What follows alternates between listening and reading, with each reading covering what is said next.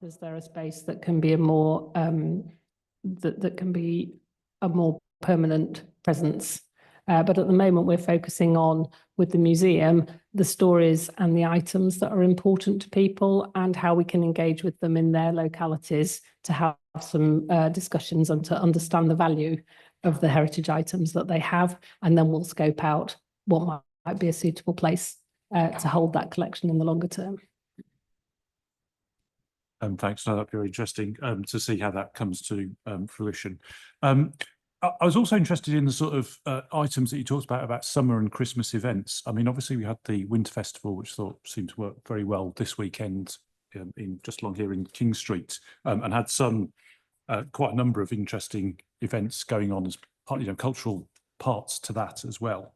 I could see some children being very warmly entertained by a magician or someone else at one point when I was walking past, which was very good.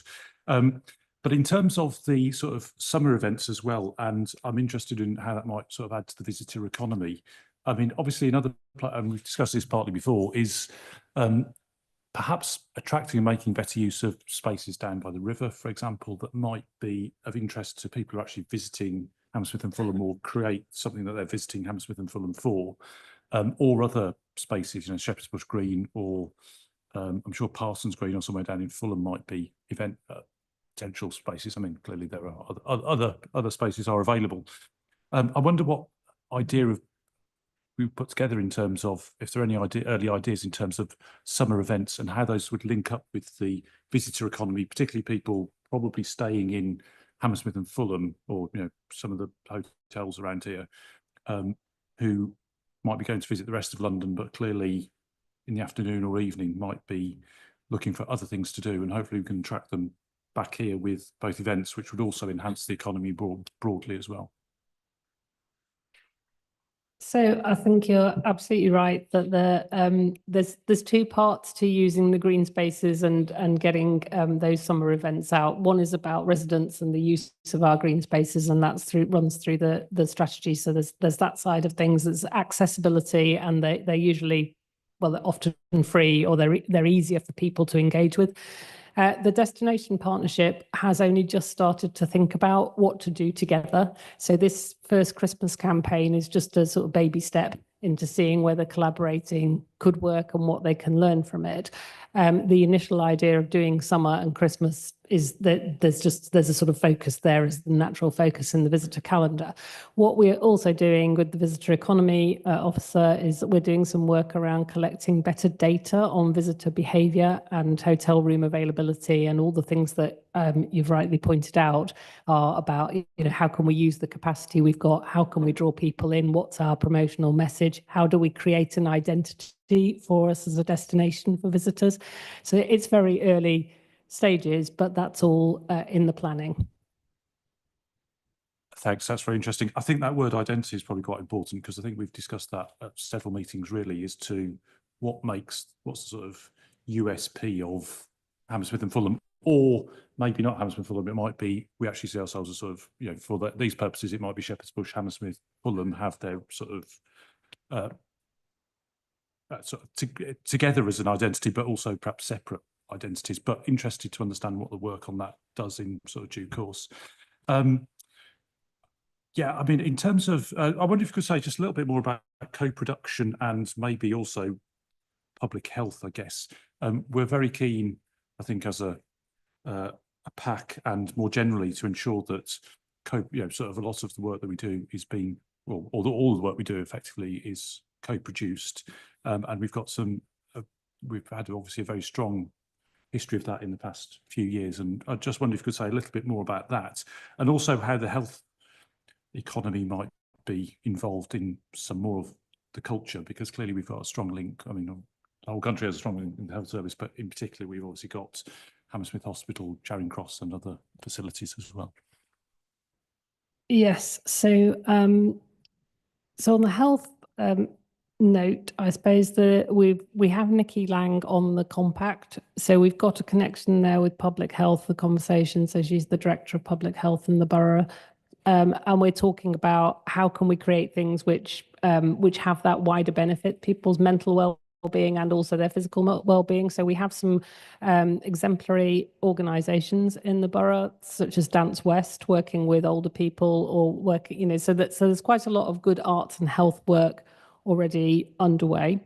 But there's always opportunities to do more with things like social prescribing and targeted activities. So that's where Nikki is supporting the compact and developing those ideas. And then on the co-production side, I'd say that I'm sure you'll be aware anyway that a lot of community arts is developed in conjunction with the people who are involved. So going to people where they are in their communities and talking to them about what's meaningful for them in terms of their cultural lives, and then trying to help make that come to life. That's a key part of what we do. So I think as the work of the compact in particular develops, I think there'll be more of that neighbourhood focus and actually getting into communities and helping to make community-based projects happen. No, thanks. That'd be interesting to see as you take it forward. I think we'll, you know, when we bring this back in due course, we'll certainly look at that. I mean, I think the overarching thing, and I mean, this is maybe not a question for now, is obviously this long-term plan. I guess we have seen there are elements coming together, and clearly, as with any strategy, you don't necessarily sort of create something and here's one big thing. There are clearly strands to culture, some of which are developing, some of which have developed to a certain extent. And I'm interested to see you've got a very long action list, which I'm glad to see that you've been getting on with delivering a lot of, which is very impressive. But I guess and we've got a good strap line, and I guess I'm encouraged that certainly, you know, we'll be promoting visitor economy, looking more at our heritage. I guess what we'd like maybe now, but maybe, you know, as this develops, is to really understand how, you know, sort of the impact of this as a whole on the life of the borough, be that sort of both culturally, economically, and otherwise, I guess. And also there's that question, I think, about identity, and are we then, I guess we'll be interested in, do people see this as particularly the destination where they, I mean, they clearly do at the moment because we've got a number of cultural venues, but do they sort of associate that with this place in a way that we sort of get sort of more recognition, and to the extent that we want recognition, but the life of the borough is sort of enhanced through that. But I wonder what the sort of bit like, what is the elevator pitch for the whole process?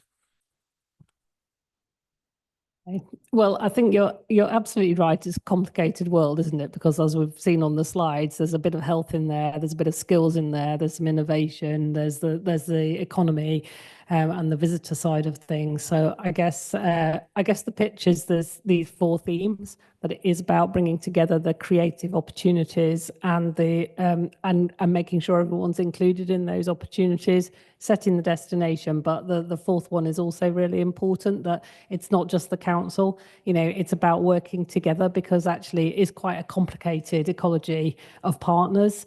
And lots of different interested parties. So the hotels and the restaurants are just as interested as the public health, or the, you know, so it is. So I think it's those four things which were the underpinning key themes of the strategy, and actually still remain the same. And I agree, the actions are very numerous, but the actions actually all do group quite clearly under those themes, I think, to give a coherent story. I'll just check if anyone else, Councillor Patel, sorry, before we wind up. No, thank you very much. That's really interesting. Thank you, Chair. Sorry to interject again. Firstly, it's to offer my congratulations on the annual Creating Hammersmith and Fulham Award. I think that's a wonderful idea. It should be supported. The second thing is, under item 45 of the appendix, there's a proposal for collaborating with the Sens End Arts and Community Centre to amplify opportunities. As a elected member for Sens End, I would like to support that. And could you please keep me informed of what these what the position is, so I can attend at any meetings? Do you have any idea what sort of opportunities will be brought forward? So not in detail at the moment, but Nina, who is the director of Sens End, is on the compact. So she's leading that conversation on behalf of the centre. So I'm sure there will be things coming forward, and certainly can keep you informed and involved in those conversations. Thank you very much. Well, thank you very much for putting forward this report tonight. I think it's obviously sparked quite a lot of interest from us, and will continue to spark interest. It's particularly good to see that we've gone from what was quite a big piece of work with the cultural strategy, and now getting some of the, sort of getting that implemented. And this is sort of the impetus to do that. Certainly agree that this isn't, although the council may be taking leadership role in some cases, it's not going to be the organisation that delivers it in its entirety, or indeed at all. So really interested to see how the moving parts go forward. Glad to see you've got obviously a huge job of work. It's good that you're getting on with that. Obviously echo the point that clearly things, given a long term, will change a bit over time. So we'll see some of that. But yeah, I think you're, as we sort of said here, we think there's a great set of ideas there, and we're glad to see that you're driving them forward. And we look forward to discussing them and understanding a bit more about the impact that some of the work has made when you come and see us again in due course. But thank you for the update for now. It's extremely encouraging. So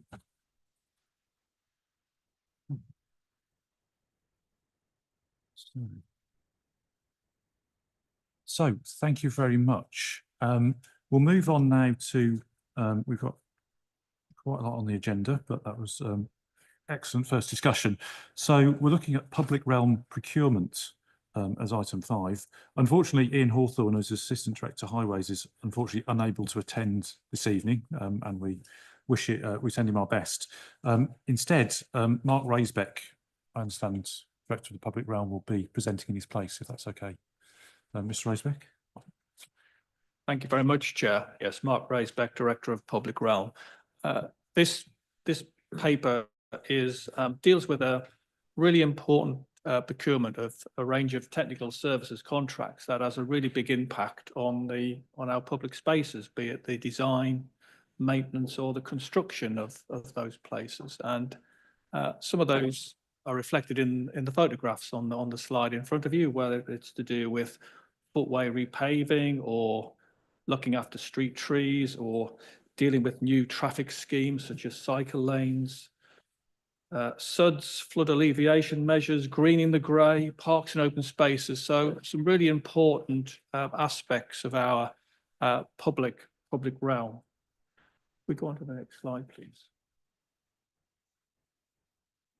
So at the moment, with the services that we're talking about are currently dealt with by 3 contracts.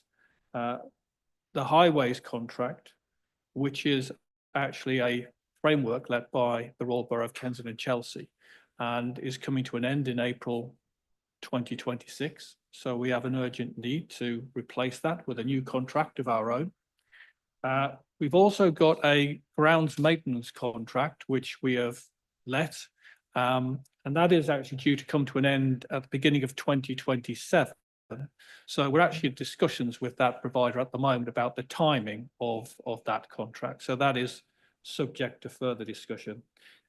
In addition, we've got what we call a professional services contract. And that essentially is dealing with consultancy services to do with the design of a lot of the aspects we're dealing with, whether that might be designing traffic schemes or a structure or a lighting scheme. There's a whole range of sort of technical advice which we need to draw upon, and that's dealt with through that. And at the moment, we currently again use a framework which was produced by another authority, in this case, Ealing.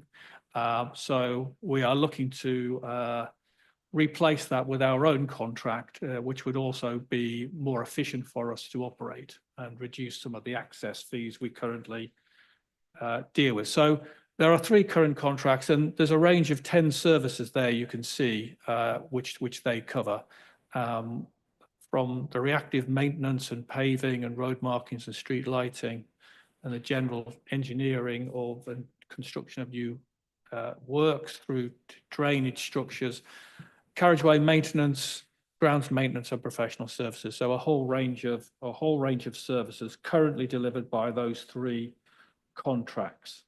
But what we're also seeming to do, most of this work is currently accessed by highways, with the grounds maintenance just accessed by the parks department. What we are now looking to do is to make sure that we restructure this so that not just highways, but parks and housing can access all aspects of these contracts in order to drive further efficiency and improve delivery. So, for example, at the moment, we might have a contract to do relay footways, which we do on the highway, but the housing department might procure a separate contract specifically for their works rather than using the highways contract. This would give that ability so other services within the council can access this same contract and provide greater efficiency. Through a process of benchmarking in terms of what is going on in the market, we see that there's a number of longer term contracts being developed to improve efficiency, but also to provide more attraction to the market. On reviewing that, we believe the optimum at the moment is a 7-year contract with 3 years additional. Now, all of this which we're going through here will be planning to subject to market engagement. So we'll get some feedback, and it may be necessary to review some of these proposals as part of that market engagement. But at the moment, that's our assessment, and that's primarily driven by, particularly when we look at the highways reactive planned maintenance, that's a continuous program of work, and there's a need for a contractor to invest in a depot, for example, and other resources, which we don't have to give them. So there's a considerable commitment that has to be made, and we feel that that is a reasonable period for them to be able to recover some of their fixed costs, and particularly if they're having to sign up to leases and so forth. And again, we'll get some further feedback from the market, but we can see, as I've said, that that 7 years plus is a typical expectation in the market that we see at the moment. And we're currently proposing to retain the 60-40 quality price split, which is the council standard expectations on that. Let's move on to the next slide, please. So in addition to delivering the core services, which all those technical things adequately describe, there's a whole bunch of other objectives which we want to try and elicit from these contracts. Not least, of course, is the climate change agenda. So trying to focus on low carbon procurement, the types of materials the contractor might use, but also how they go about that work in terms of bringing innovation, whether that's increasing electrification of vehicles. We certainly recycle, for example, a lot of materials that's taken off the road at the moment. So, for example, when we resurface a carriageway, the material that's taken up is taken away and recycled. So we've been looking to retain that and do even more. So that's what we would be seeking to do, driving that sustainability agenda and the decarbonisation agenda in the choice and the way of method of working. So those are key aspects. We'll also be looking at social value. Our current highways contract doesn't have social value in there. It was let some time ago. But despite that, we've actually delivered quite a lot of social value, which is we've reported to this committee previously. We would want to continue to build on that. And so we were looking very strongly in that area, particularly around the use of apprentices, local employment, and also promotion of STEMs and other educational programs, which we've had a considerable amount of success with. Obviously, we want to make sure that we have a quality delivery service. We're not spoilt for street inspectors, which are usually every member of the public that walks past the works that we deliver. So it's very important that we maintain a very strong quality, and we're actually at the moment preparing and updating our Street Smart Guide, which provides details of the design and the types of materials we'll look to utilise, and that's to bring that up to date, but also to reflect the high quality standards we want to promote in terms of our public realm, because that has a particularly important part to play as we look as well to the industrial strategy and what we're trying to create in terms for this borough. KPIs, of course, are going to be very important. We've talked about KPIs in terms of the highways contract, and we are taking the opportunity to review the KPIs we use to make sure that we can track the key measures to ensure that the contractor is delivering us the service efficiently, but also not to be so overly prescriptive that we spend a great deal of time and money monitoring that. So it's a question of getting that balance right. This gives us a good opportunity to review that criteria. Just move on to the next slide, Simon. This rather busy slide seeks to sort of represent how we would see the contract being structured, again, subject to market engagement. So there are 6 lots effectively. So we see lot A being around the maintenance of our highways. That's reactive and planned maintenance, but it isn't just the highways. I've said it also will include parks and housing opportunities as well. So that's the core contract, which will be for a single provider. But one of the things we're also aiming to do through this contract is, at the moment where we have got a single provider, we can run into delays in terms of delivery because of resource constraints. So whilst we're seeking to get a single provider, we'll also have a backup arrangement in this particular case, so that if the core provider can't deliver, we've got the ability to talk to other providers, which is to encourage that delivery by that key provider. Lot B is to do with street lighting. We've separated that out because it's very much a specialist service, and it's the kind of activity which will attract some small but bespoke and specialist companies rather than large construction companies. So we want to give those smaller providers the opportunity to express an interest in that. And the same goes for lot C, which is around drainage, which is both the simple maintenance of street gullies, but also much more complicated structural work, which can take place from time to time. We've then got lot D, which is projects, which is the construction of new schemes, and that could involve for example, the creation of a new cycle track or a new bus lane or a new curb build out, a whole plethora of schemes. And in that case, we want to have the opportunity to have more than one provider, again, so that we can make sure that we can deliver effectively into program. And what we are finding is that contractors can have resource constraints and are having to prioritize themselves. So, and that can slow up projects. And again, we're looking at how do we avoid those kind of delays by the way we procure these contracts. Grounds maintenance is our parks and cemeteries contract. As I've said, we are still in discussions with the contractor about the timing of this. What is different about this arrangement at the moment is, the grounds maintenance contractor, for example, would be responsible for delivering the project improvements in the parks, as well as any improvements to footways, etc. In this arrangement, we will put the maintenance of those parks footways in with lot A, which will be, so that contractor deals with the maintenance and new footways wherever they are. The same with street lighting. They would deal the lot B, which is on street lighting, would deal with the street lighting, whether it's on the highway or in the park. So we have a consistency of specializations on the public realm, wherever that is. And that means that the ground maintenance contractor can deal with, the softer side of the maintenance, as the litter sweeping, making sure the grass is cut, making sure that the parks and cemetery users are getting the service that they need, whilst other contractors will be responsible for doing the physical infrastructure maintenance. And lastly, we've got the professional services, which is the consultancy services, which we need to draw on from time to time to provide that technical input that we need. Just final slide. Then finally, just in terms of the timescale, so the intention is that we will begin market engagement early in the new year to get feedback. We will then review that and decide whether there's any changes we need to adapt to what we've described, what I've described this evening, in order to get more effective delivery or better value out of how we have put the contract together.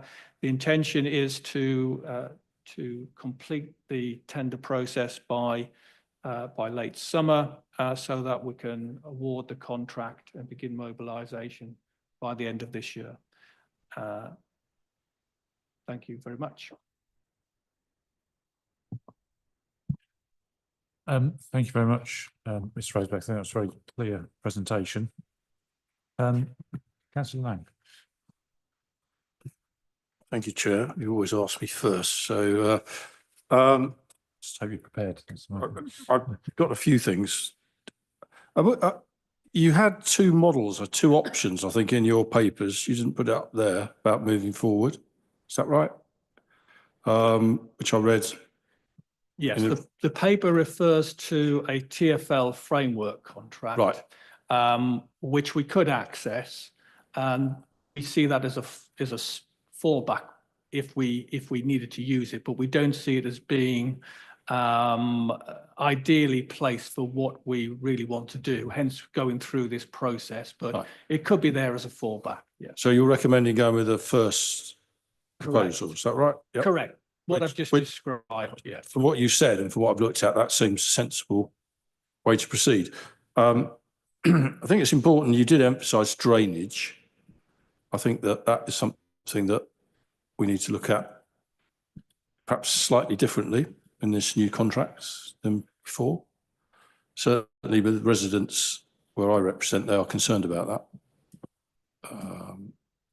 And then the apprenticeship thing, I think there ought to be almost a figure that you should be able to put down with those people you negotiate with for the number of apprenticeships that they could offer moving forward, for everybody, not just young people, but and also particularly from people from Hammersmith and Fulham, if they would like to do that. I think there's a real opportunity here for work opportunities. And I'm going to mention it. I don't think this is the right place to do it, but I'm going to mention the dreaded line bikes and forest bikes.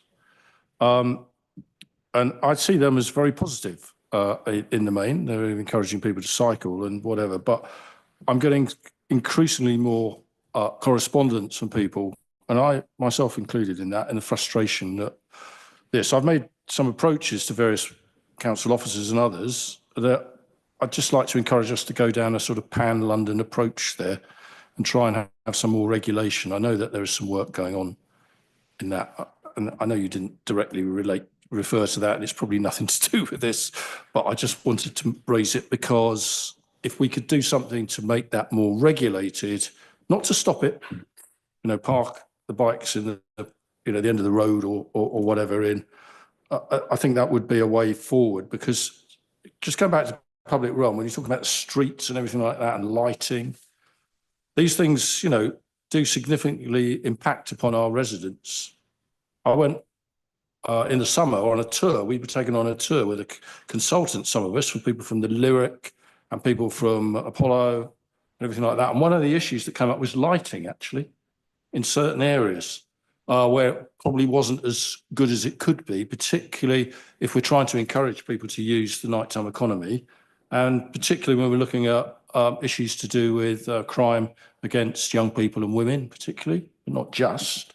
But so I think that would be something, again, a bit like the drainage, perhaps to have a bit of a not fresh look, but a look on it. So that's just some thoughts, Chair.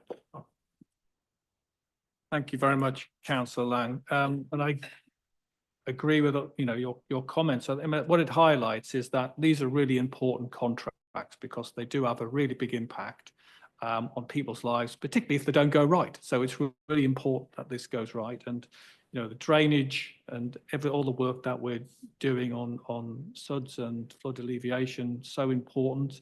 And we need a contractor that can deliver for us there and communicate with the residents. So this is one of the softer sides of what we're going to be looking for in the procurement, that the communication and engagement and helping us with co-production with residents is really important.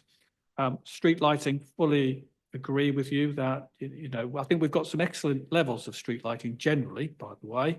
And I think we exceed the minimum standards by some way in most locations, but there's always going to be places where we can improve it. And we will continue to look at that, and we're doing some extensive surveys at the moment, for example, across our parks and open spaces to make sure that they are at an appropriate standard. And that's something we might touch on later, around security and so forth. So there's a lot of work which we need to do there. And again, the right contractor who can deliver with the right skills and knowledge is very important to us. Apprenticeships, absolutely agree. I think we've made some really good strides forward with the current arrangements, so we want to continue to accelerate that, for not just young people, as you say, but for a whole range of people within our local communities, and are looking for contractors that can support us and provide some challenging targets to hit around that, because I think that's very exciting. Line bikes, you're absolutely right, it's not part of this brief, but I agree they provide a great service. But yeah, we're working very hard to try and to manage those in a more appropriate way, so that some of the accessibility challenges they create can be dealt with more effectively. Councillor Collins. Yes, you do. Yeah. Oh, please. Yeah, please.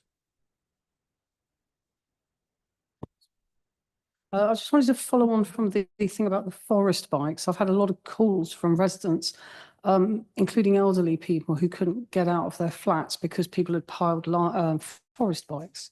And there's no number for those guys.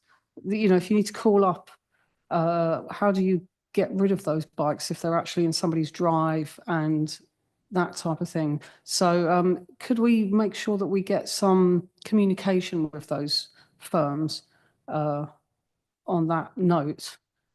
Yeah, and yeah, that's one thing, and I have something else. Yeah. Yeah, thank you very much. We did advertise a number where people reporting all these bikes at some point, and then we were taking it up with each of the service providers. We did go to the trouble of actually lifting these bikes and charging them a fine to get them back as well, but that wasn't sustainable. But we are continuing to take this on. But if we want to, I think we can report it through the app. Right, so I tried to get through to those guys when there was an emergency one where they're blocking somebody's car in who had to get to a hospital appointment. They were disabled elderly people. So I just think it's up to those companies, though. They should be the ones who've got a number, and that they would answer the email. And is there any way that we could make them responsible? Because You're 100% correct. It is linked to Councillor Lang's point as well. Yeah. We're working across London. It does need a pan-London approach. But meanwhile, what we're trying to do is proactively be on the side of the residents and try and deal with this and manage these companies. And we've called their directors in and had meetings and given them, told them what's what, etc. Yeah. But we're still trying to actually get them to progress. They have improved, but not as much as we would like. So. Yes, and the other thing is, just to show that, that when there's a positive kind of interaction with the residents, such as at Riverside, there was a lot of new road schemes going ahead there. And I've had a whole load of emails in the last week from people saying, thanks so much, we're really happy with this scheme because you communicated with us. And so that's the kind of positive side of getting engagement with residents. And that's, I think with these bikes, residents feel quite, unable to do anything about it. Yeah, no, thank you very much. We don't disagree. I think it's something that we're working on actively. It's not easy because we do support this agenda. We do support, the e-bikes and the active travel, but we want to make sure it's actually used effectively and not causing a problem or inconvenience to anybody else. Yeah. Thank you. Thanks. No, the only other thing, one other thing I was going to mention was about joined up communication between these agencies, because things like lighting, the fire brigade, this type of thing, when things happen, fires in the street, there didn't seem to be a lot of communication between agencies. So I'm hoping that that's built into that infrastructure when going forwards, because there's some quite separate people like the lighting and the fire brigade and then residents, and things happen and there aren't people to communicate. There's no sort of general number, which could be really helpful. So yeah, I'll just, if there's any feedback on that, I'd really appreciate it. Well, certainly when it comes to coordinating street works, things that are going on the highway, we have a coordination team that takes an overview and works with the outside agencies. So any queries that they've got, but also the works that we do are not all the works. They're only a very part of the works that take place on the highway. There's lots of other organisations, be it Thames Water, electricity companies, telephone box companies, a whole plethora of other organisations, which we also work very hard to coordinate and manage. And and so in dealing with other organisations, for example, such as the fire brigade, so if there are issues that they are having, then they usually know to come through to us and talk to us, because we do usually have the full picture if organisations have followed the protocol and told us about them, which they should do because they need a permit to work on the highway. So there are processes in place if organisations follow them, and if they don't, we usually follow that up and fine them. Much thanks. Thank you. Councillor Borland. Hi, thanks very much for that. Can I ask, so the previous contract, current contract, I know that you said that 5 out of 6 of the lots are with FM Conway. Is that, and we're now looking to kind of split them up, I don't know across how many, but which one is kind of industry standard, which one is the norm? That's a very good question. And there's not an industry standard. I think we've done some benchmarking and looking at what other authorities are doing. And there's the whole range that you've just described. You know, some authorities have chosen to go down a one provider route. One provider does everything. And other authorities have gone the other extreme where they have 10 different contractors, each one doing a different bit. What I'd say is the advantages and disadvantages to everything. If you've got one contractor, then if they don't deliver, you've got a problem, or if they're not. And if you've got 10, then you've got a coordination problem, and managing 10 different providers is a challenge. We're aiming to go for somewhere in the middle, ultimately. This is based upon our experience, where we, are pleased with majority of things that we do, but we'd like some more flexibility. That's essentially it. But also, we also want to provide more efficiency. So we see different parts of the council having to do different things, even though we've got a contract which could deliver it because it hasn't been set up in the right way. This is looking to overcome that so that this one procurement will enable different parts of the council to access that if they are looking to do some footway repaving or whatever it might be, or a project. It could be building a playground, it could be doing a whole range of different things. But so rather than going through inefficiencies of having to do procurement and delays every time, you could if you wanted to, but you've got the option of utilising a contract which is ready made. So we feel we've got the balance right in terms of what we're looking at. It's sort of in the middle as to what of the extremes, but the market engagement is going to be the key point, because ultimately we want to know that we're going to get competition and the market feels that this is a sustainable contract for them as well as giving us what we want. So we've got to listen to the market very carefully before we then actually conclude. But I'm feeling confident that this is getting us in the right spot, and hopefully the market will agree. Thank you for that. My only other question was, what is the thinking and the idea around splitting out in parks, say, splitting out lighting and the kind of the pathways and things? Because I've kind of got visions of someone planting up a lovely shrubbery or something, and then Mr. Lighting clomps on through the next day to do his bit, and Mr. Paths does his on top of it. And so how that feels like an extra level of coordination. No, I can assure you it won't be quite like that, but I understand exactly what you're saying. The reality is that although we have a we might have a contract with one provider. They don't always deliver all the services because they haven't got the specialisms to do it. So, for example, our current parks contractor wouldn't deliver necessarily all the street lighting. They'd get somebody else in to do it. And actually, it's even the same on our highways with FM Conway. They don't deliver the street lighting themselves. They get the subcontractor to do it, because it's a very specialist area and they don't necessarily cover off some of the very specialist aspects of it. So those coordination things already exist. What it does do is give us a bit more control over some of those providers and means that if they're not delivering, we've got the option of going somewhere else, which we haven't got at the moment. So I'm confident when it comes to delivering, there's always an element of coordination of everything we do, whether it's on the highway or in parks. This is not really going to change that in any way. Councillor Patel. Thank you, Chair. I've got 3 questions. Firstly, I note that we've been working with Conway since 2017. Can we have some sort of information about their performance? And why the Royal Borough of Kensington Chelsea have withdrawn from the highways contract team? Secondly, I think consolidating 3 contracts into one is a good idea. Do we have any information concerning the likely saving as far as cost is concerned? I note that in the timetable, the tender notice will be going out in May. And it's a fairly tight timetable. So it'd be nice to know what sort of cost savings they're going to be. And the final thing is the selection and award criteria. 40% of the criteria is going to be based on price, 60% on quality, and 20% on social value.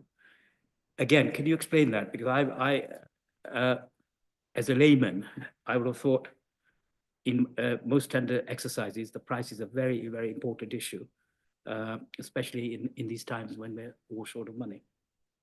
Thank you. Thank you. I think I've got all those points, but please remind me if I've missed something. In relation to in relation to costs, I think we recognise that since, as you say, it's been 2017 and since the contract was previously tendered out by Kensington Chelsea, prices have changed considerably then, both in terms of workforce but also in terms of materials, with everything we've been through over the time since then and the inflation that's been around. So we are expecting costs to go up significantly, particularly material costs, because we see that at the moment. There is inevitable that cost will go up. We don't know exactly how much. That's part of this process, which is why in going through it, we're looking at every opportunity to try and make the contract as efficient and as attractive as we can in order to try and provide some balance, because we just know the construction, the cost of buying materials has gone up considerably.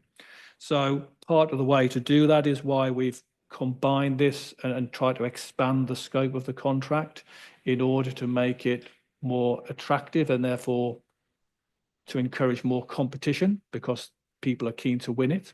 And we've done that by increasing the breadth. So not just on highways, I've said, but with the possibility of bringing in work from parks and housing. So the value of the contract could be higher, and that will encourage more competition in that way. In terms of Westminster withdrawing, it was our hope initially that we would go through a joint procurement with Westminster, but Westminster decided to withdraw purely for a combination of things. One is that their timing turned out to be not the same as ours. They sort of went back to the drawing board a little bit and decided to go in a different direction, which wasn't compatible with what we want to do. They are a significantly different borough when it comes to the size of their highways, and they've got the amount of works they do because of the amount of tourism they deal with in Westminster is significantly different to what we have to deal with here. So it just unfortunately didn't prove to be compatible, and they decided to withdraw. That was their decision. So that left us with having to sort of look at our own strategy, and that's why we're coming with this revised approach, which we believe is the right one based upon our needs. In relation to the selection criteria, clearly, these are some of the things we'd want to sort of talk to the market about as well. But the standard approach is a 60% quality, 40% price. That could well change going through the process, so that will be up for discussion. Social value is included within that 60% quality, but that is the standard evaluation process. But as I say, there's continuing pressure on price, and I don't rule it out that we might not wish to increase the price evaluation. Just one final question. The timetable at paragraph 24, is there going to be any reference back to this committee in due course? Because it doesn't actually specify. Well, we're very happy to report back to the committee. Yes, we've got a report, obviously, to go through the cabinet process and the award decision and so forth, and we will be very pleased to report back to this committee in terms of the process and how that's developing.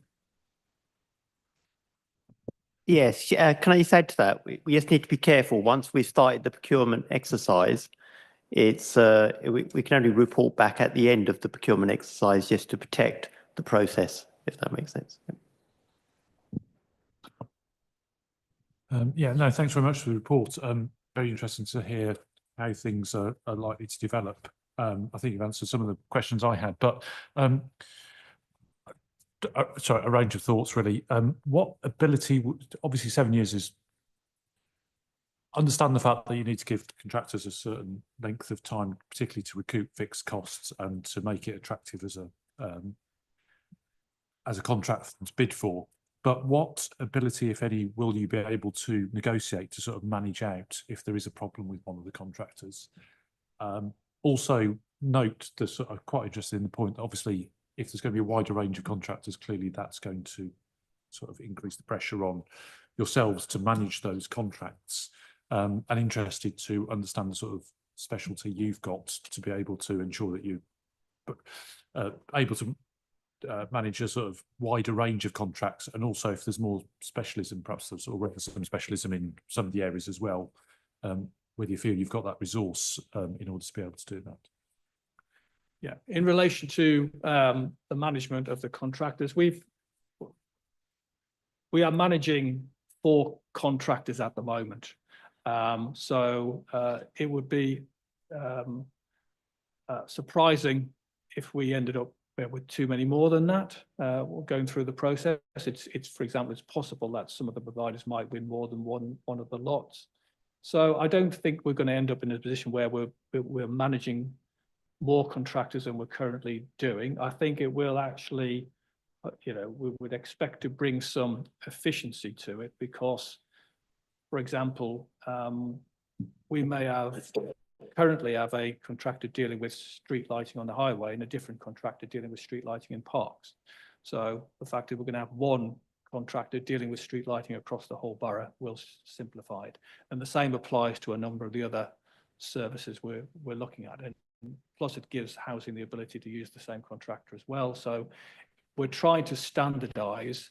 I know it seems like there's a number of different contracts, but that's why we feel we've sort of got the balance right between trying to get specialisms in there and the number of lots which we're looking at. So the planned and reactive maintenance lot is a key aspect of the contract, and that will apply across all those services of parks as well as highways, for example.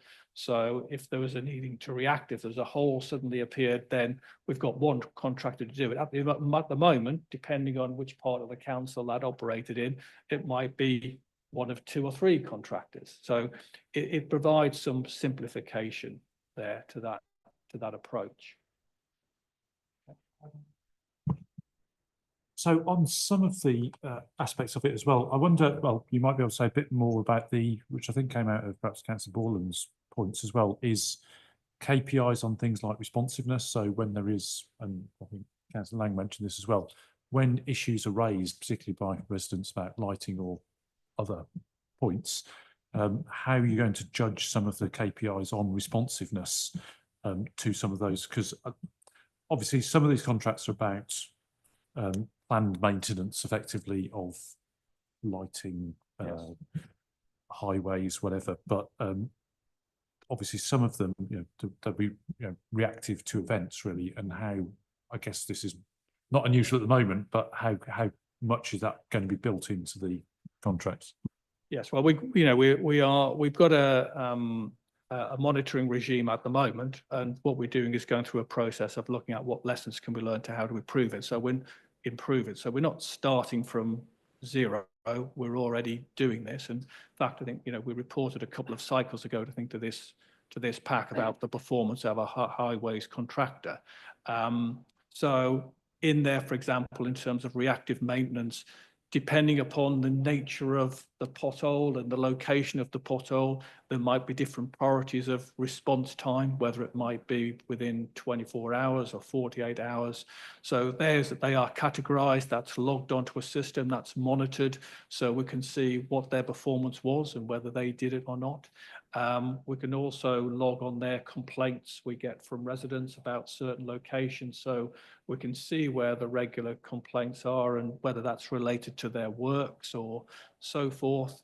The communication that might have done if they were building a project. So there's a whole range of things which we have, which we use a system called Confirm to do, which gives us data in terms of the contractor's performance at the moment. On street lighting, as an example, it might be about maintaining a certain level of, there should be no more than 1 or 2% lights out at any one particular time, for example. And then it will be the time it takes to then repair and respond to that once that is raised. Now, with some of the new systems we've got on our lighting, means that we can also now start to detect whether those lights have gone out just through the systems rather than have to send somebody out. So we're also looking for contractors that can integrate with that type of system and provide an automated reactive service rather than us having to instruct them to go out. So there's some of these developments we're looking for, which build on what we are doing, which is already, I think, what we found with our highways contract. In most cases, it is a good service. There are some areas where we've identified we'd like to get some improvements, whether that might be some of the speed of reaction on the street lighting, which is a good example whereby the contractor, FM Conway, doesn't deal with that directly, it subcontracts that. So hence why we're thinking about doing something differently around that. So, yeah. Thanks. Very much understand that. And I think the idea, obviously, of making these sort of cross-council contracts and not just that involve parks and housing as well as the sort of more general highways is seems a very sensible way forward. Interested to see how it comes out in terms of contracting. I mean, what one sort of example, I guess, coming back to what will the value be of doing all of this? Clearly, hopefully more consistent, more consistent, more reactive maintenance of some of the parts of the highways or lighting or parks will be what comes out of this. So it'd be interesting, in a sentence or two, what will the sort of intended extra benefits of this be? I guess hopefully we're sort of reacting more quickly or maintaining more appropriately some of the highways, for example.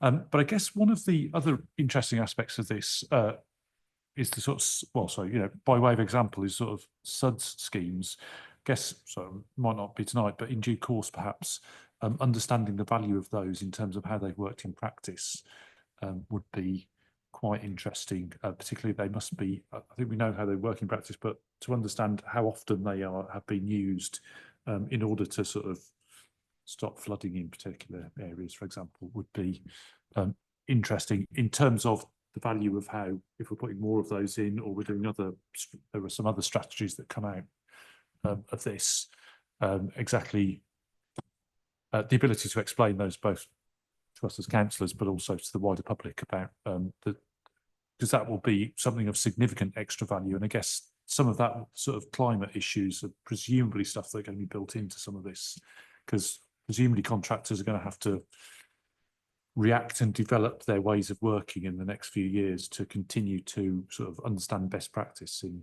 some of those areas. That's absolutely right, Chair, which is why some of the wider objectives are around that climate change agenda, looking at how they reduce their emissions, perhaps moving to electric vehicles, looking at their general sustainability approach, the recycling, the reduction of the carbon footprint. So we'll be thinking about all of this in terms of the evaluation. In addition to, quite simply, we're looking for effective and efficient delivery. Effective price but efficient delivery, working with us to support our agenda, including particularly the improving communications with residents so that they know when works are starting, engaging with residents over those types of works, and helping to mitigate impacts to residents. So there's a whole raft of things we're looking for from a contractor, which is beyond more than just building or filling a pothole in or repairing a street light. It's the overall service. And we're looking to that to be efficient, but also to be forward-looking and fitting in with the council's wider policy agenda. Thank you very much. I think that was an excellent summary of what we would hopefully expect from the contract.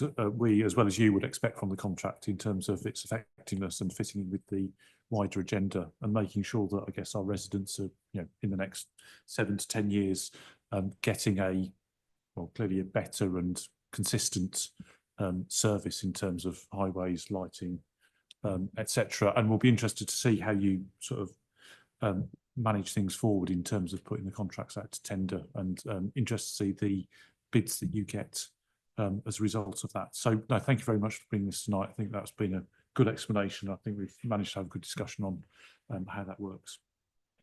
Thank you very much. Thank you very much for that, Mr. Rosebeck. We will move on then to item 6, which is the review of the Parks Satisfaction Survey 2024. And delighted as ever to welcome back Simon Ignon, who's the Assistant Director for Parks and Leisure. I think you're going to take us, Mr. Ignon, through a presentation to start off with. Good evening, Chair. Thank you. As I said, my name's Simon Ignon. I'm the Assistant Director for Parks and Leisure. And the report in front of you this evening brings to you the results of the annual Park Satisfaction Survey, which was held via the Council's Have Your Say platform. And the report outlines the key results and the next steps towards bringing forward a parks improvement plan to a future cycle of this committee.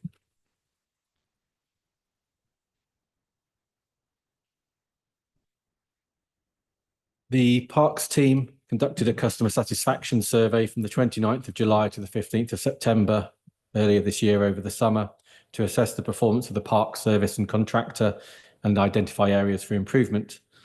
The survey was developed with the Parks Forum, a recommendation of the previous Parks Commission, who reviewed the 2023 survey and provided alterations and improvements to the questions, style and layout.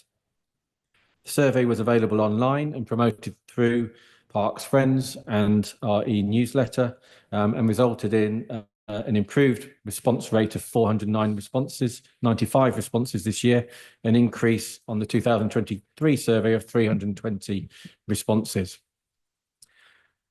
Respondents were asked to score their thoughts on the overall satisfaction and maintenance of the council's managed parks and open spaces, how safe people felt, the cleanliness and the overall quality of the borough's parks and green spaces. Residents could respond to more than one park if they wanted to and fill out a different questionnaire, because they might use different parks, in different ways for different activities, depending on the facilities and features of those parks. So some of the key findings and results. The overall satisfaction was up, with 86.3% of people rating the parks as good or higher. Maintenance satisfaction also increased from the previous year. Safety was only slightly down.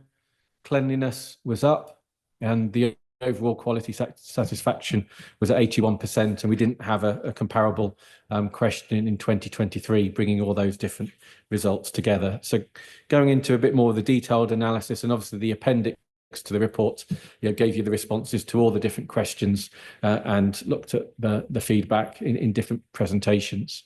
So we wanted to find out how people use our parks and open spaces. We know they were very popular in the pandemic period, and has that kind of continued. So 83% of our nearly 500 responses visit a park at least once a week. Their main travel mode is on foot, which is great and good for the carbon footprint in the borough. And the top reasons for why people visit parks is health, relaxation.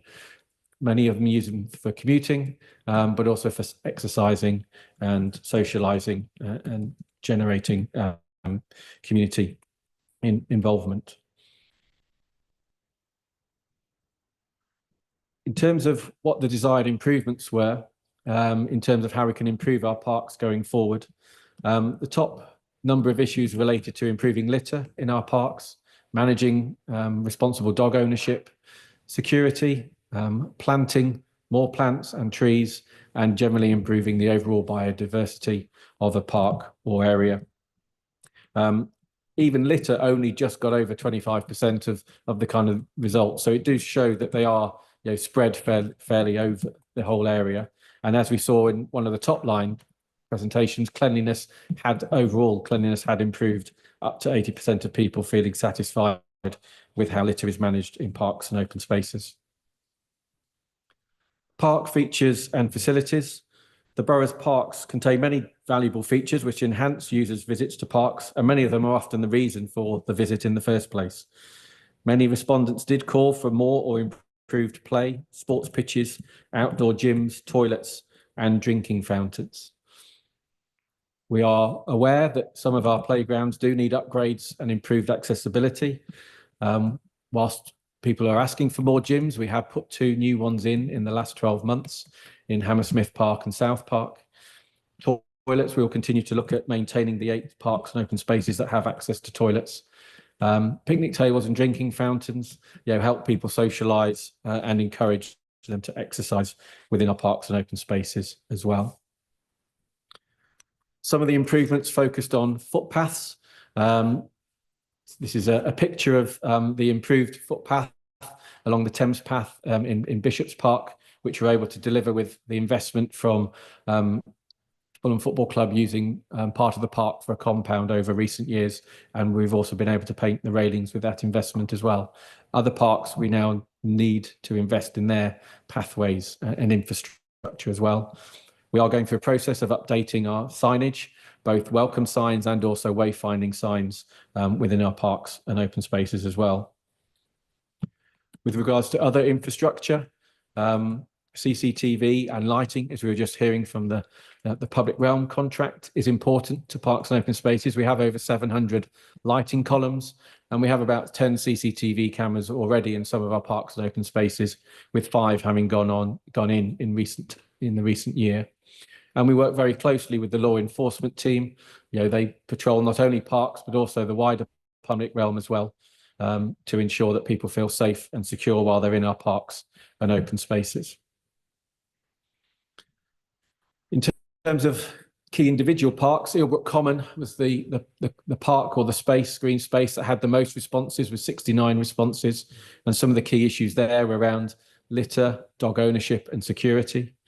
Ravenscourt Park, our biggest park in the north of the borough, with the exception of Wormwood Scrubs, needs more planting, flowers, and improving wildlife habitats, which is good news because we've just got a green fund investment to improve the wildlife area in Ravenscourt Park. So already some of these we're already responding to or had foreseen, working with our colleagues in the climate change team.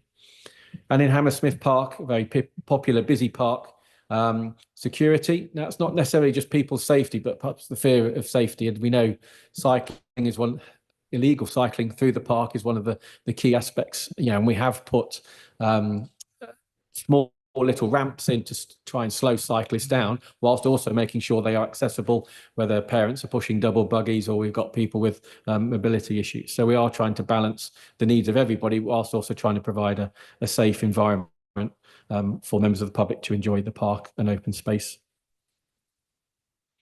So future actions, based on the kind of the top responses, what are we going to do about some of the issues that were highlighted?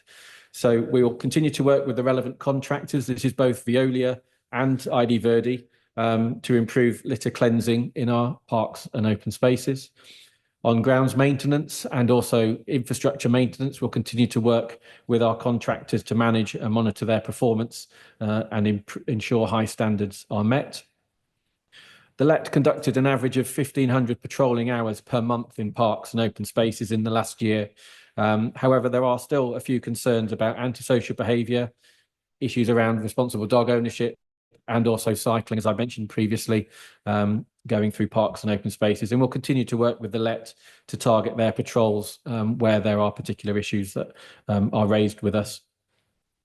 We'll also continue to work with community safety around installing additional CCTV cameras with community safety colleagues where funding allows.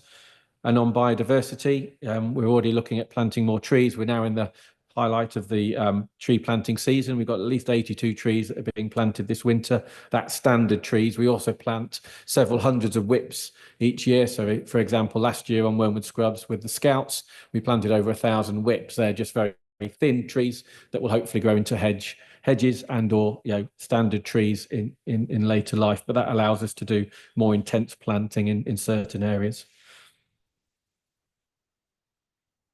With regards to park features and facilities, we're currently undertaking a detailed strategic review of playgrounds, and we're bringing that report back to a future committee of cycle for comments and discussions. This will give us hopefully a list for Section 106 funding to secure future improvements, which we've got in the likes of Margravine Gardens, Norman Park, South Park and William Parnell, that will undergo refurbishments in the next 12 months, but we need to do more to improve our playgrounds in the borough. But overall, there's been an increased engagement in our satisfaction survey this year, which is great to see. We've also seen an improvement in a lot of those questions and areas that people are generally satisfied, but we can always do more and do better. And we'll look to address areas for improvement around cleanliness, safety and maintenance as outlined initially, but we'll also look forward to bringing back a parks improvement plan that will look at all the infrastructure aspects that I've already talked about to ensure that we invest in our parks and open spaces because they are very valuable to members of the public so that we maintain and enhance the borough's valuable parks and open spaces. And I'm happy to take any questions, Chair. Thank you very much for the presentation, and well, congratulations in many ways on the increased satisfaction that was shown through the survey. Appreciate obviously there are some areas where there are obviously some issues raised, and I'm sure we'll get into those now, but clearly overall glad to see there was a lot more people actually seeming to fill in the surveys and that you were getting generally good feedback. Councillor Lang. Thank you, Chair. I think we are blessed, aren't we, in Hammersmith and Fulham with a wide range of diverse open spaces right away from Wormwood Scrubs. I've done the butterfly survey there, right the way down to Parsons Green, and what we got in between. And I think it's very important that we maintain and continue to improve the facilities in parks. So it's good that the satisfaction survey, I think it's gone up from, was it 80? From 69% to something like 86%. But we're never complacent, are we? So I just wondered, certain things that you've raised there. First of all, toilets. That is an issue. I mean, I personally, that's an issue, generally across London. And you don't find that in other countries, actually. But I just wonder, we might be able to look at that, because that's been raised by families from using Brook Green, actually. But one of their concerns is that the toilet facilities there then sadly sometimes vandalised. So, but I think we can look to do that slightly more, increase that. So that's one thing. Litter, that came up, didn't it, in most of the things. In Brook Green, they have a monthly, the Friends of Brook Green do a litter pick once a month. And actually it's quite good for the community to come together.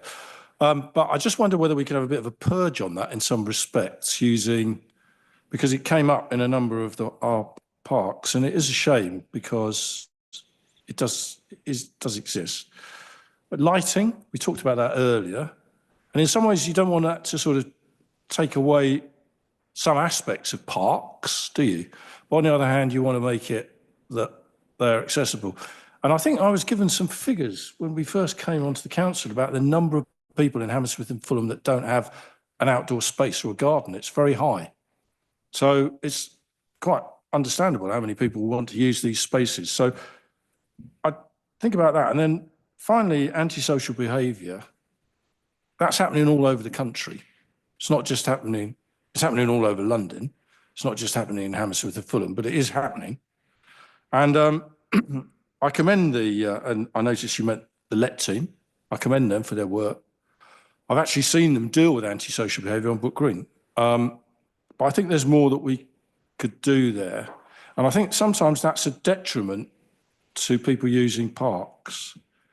And it might sometimes just be a perception rather than a reality with younger people, but certainly with older people as well, sometimes about, oh, I don't want to go to the park because it's not safe or something. It actually probably is very safe. But I think we need to do more to explain that, give some good examples. And finally, when I was walking through Ravenscourt Park the other day, sorry about these personal things, looking at the leaves this time of the year, it's fantastic. There was a whole group of about 50 people there from Lloyd's Bank or something, and they were doing some work in the boundaries, the shrubberies. I spoke to them about what they were doing. Fantastic. And they were really enjoying themselves. So it seems to me that maybe we should encourage that more. Might we be able to target that on some of the parks that need attention? You know, go back to litter, go back to improvements. There are some of our parks that are better placed than others. That's what I'm saying. So I think we need to make sure that we really are looking after this part of our public realm because it's so important to people's lives. Thank you. Chairman, just trying to respond to a few of those issues in a little bit more detail for you, starting with the last one, but then I'll work back through all the way to toilets, which I think was the first point. So as part of the social value of the ID Verdi contract, they are meant to get a lot of volunteering hours in our parks and open spaces to supplement and support, you know, the core contract that we employ them to deliver, and the number of volunteering hours both on Wormwood Scrubs under that lot and also all the other parks and open spaces. So they do bring in corporate volunteers and they also look at other community groups. As you mentioned, we are very grateful to our friends groups in a number of our parks who carry out weekly or monthly litter picks. So, you know, they provide a valuable resource as well on top of our, you know, hardworking contractors in Veolia and ID Verdi. But our open spaces are vast. You know, litter gets caught up in some of the bushes and shrubberies and everything else. And it does take a small army to try and make sure that we do clean and cleanse that. ID Verdi also work with the community payback team, you know, to ensure that they are carrying out some manual work in our parks and open spaces, whether that's updating, painting railings and scrubbing them down, whether it's litter picking, you know, or clearing areas to ensure that people can enjoy them more. I think you're quite right about antisocial behaviour. A lot of it is around perception. The law enforcement team did make a presentation to the Parks Forum on some of the issues and identities. And actually, if you look at how many people actually visit or go through our parks day in, day out, and the small percentage of unfortunate antisocial behaviour that does happen from time to time, but if you see or witness one of those, that will obviously take, you know, your view of a park or open space. But hopefully the many times that people do go, they are able to enjoy the park and carry out the activities, whether it's for meditation, relaxation, you know, exercise, you know, or playing in the playgrounds or water parks going forward. But yeah, I think there's more that we can do in terms of demonstrating the, you know, how many hours our LET team are in our parks and open spaces. As you mentioned, we are blessed with a lot of them. You know, there's 53 parks and cemeteries in the borough, ranging from the smallest right through to Wormwood Scrubs. So they do have a lot of area to cover, not only just for parks, but also for other areas. But they do still manage to get to every park pretty much every day. And they do lock about 14 of our parks, you know, most evenings, but some of them you can't lock, you know, like Parsons Green or Brook Green or Shepherd's Bush Green. Lighting, as I mentioned, we have about 700 columns, and we're working with the highways team at the moment to evaluate those, making sure that they are brought up to date. So they are LED, so they're not costing us as much to manage and affect. And where we do have lit pathways through our parks and open spaces, that they do provide safe areas. But also we've got to balance lighting in parks with ecology and wildlife, and some of which don't want areas to be lit at night, so they can carry out their foraging and their activities, so they continue to thrive in our parks and open spaces. So we just have to be really clear where parks and open spaces can be a valuable, safe cut through during an evening or night, but then where they aren't, parks are locked, and we don't encourage people to go into those parks and open spaces, because people shouldn't be in there out of certain hours. But you're quite right, some of our sports facilities are hugely valuable in the evening, and if our young people can't go and access a multi-use games area that might be floodlit somewhere safely or not, we have to look at how we can provide that as well, to ensure that people can continue to be active and safe, during the darker 5 months of the year, and not just in the summer months. Litter, we mentioned the volunteering work and also the work of our hardworking contractors. There are national campaigns run by Keep Britain Tidy, who run also the green flag standard, and obviously we have 22 green flags in our parks and open spaces at the moment, and we've got a commitment to increasing that, and obviously providing welcoming, clean, safe spaces is part of that. So not only do we do those for the parks that we actually apply for the green flag for, but they're the standards we try and manage all our parks and open spaces by. And toilets is, one of the most requested things, particularly if we want to encourage people to be in our parks longer than just an hour visit. And some of our bigger parks and open spaces, we can look to work with other providers, whether that's a cafe provider in Brook Green, the new Walnut Tree Cafe is part of SEAC that was mentioned earlier in the cultural discussion, providing toilets for people to access and enjoy South Park. They're not cheap to operate, run, manage and maintain, and we need to look at other ways of how we do that going forward, in these stringent times. But, we understand that, many people, require access, to enjoy parks and open spaces, and even, we've looked at how our changing places toilets make sure it's accessible to everybody, and where there are new ones going in. So, for example, a new changing place toilet is going in the new Fulham football stand. We need to make sure that's accessible to people who are using Bishop's Park, and advertising that fact so people know they can come to Bishop's Park and enjoy it, and they have got a toilet nearby. So we don't always have to be the provider, but we need to signpost to where toilet schemes are. And another one of those schemes is the community toilet scheme, where parks are close to high street. So if, for example, Shepherd's Bush Green, we don't want to put a building on a common or green space, which is valuable, but where do we signpost to some of the restaurants that are directly opposite, that can allow people to enjoy Shepherd's Bush Green? We don't have to provide it, but they are provided by our business providers on the high street. Right, thanks. Councillor Borland. Thanks for that. I think it's obviously hugely positive, and the ward I represent, Palace and Hurlingham, is very, very lucky to have three fantastic parks. Got Bishop's Park, Hurlingham Park, and South Park, and I think they're really well maintained. To be honest, I think yes, there's always going to be some litter that you can see, but I think that actually, for the volume of people that are using those parks day in, day out, really, it's minimal. One thing I'd say about the response, is there a reason why it was done whack bang in the middle of summer holidays? Like maybe a suggestion would be to start it from back to school time, because people are either away in the summer, or they've got their hands full trying to keep kids entertained, or, just a range of things. But it's pretty much, schools break up, that is pretty much exactly that time. So I would say that if we were able to run it at a different time, that might be good. Maybe September's a great time, actually, because people have just spent the kind of key months using the parks and enjoying them. So that would be a great opportunity to get feedback.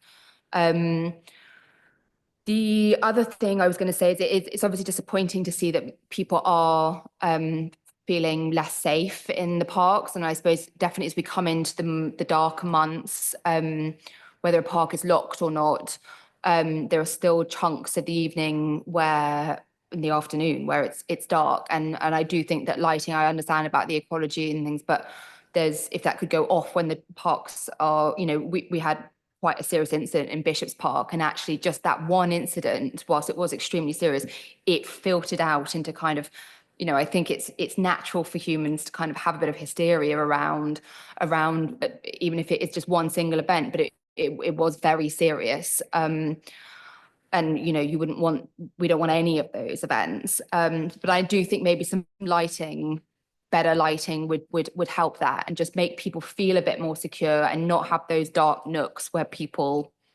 do things they shouldn't. And the only other thing I was going to ask about is around events in the parks. So one of my biggest volume of emails around our parks is actually they'd like less events.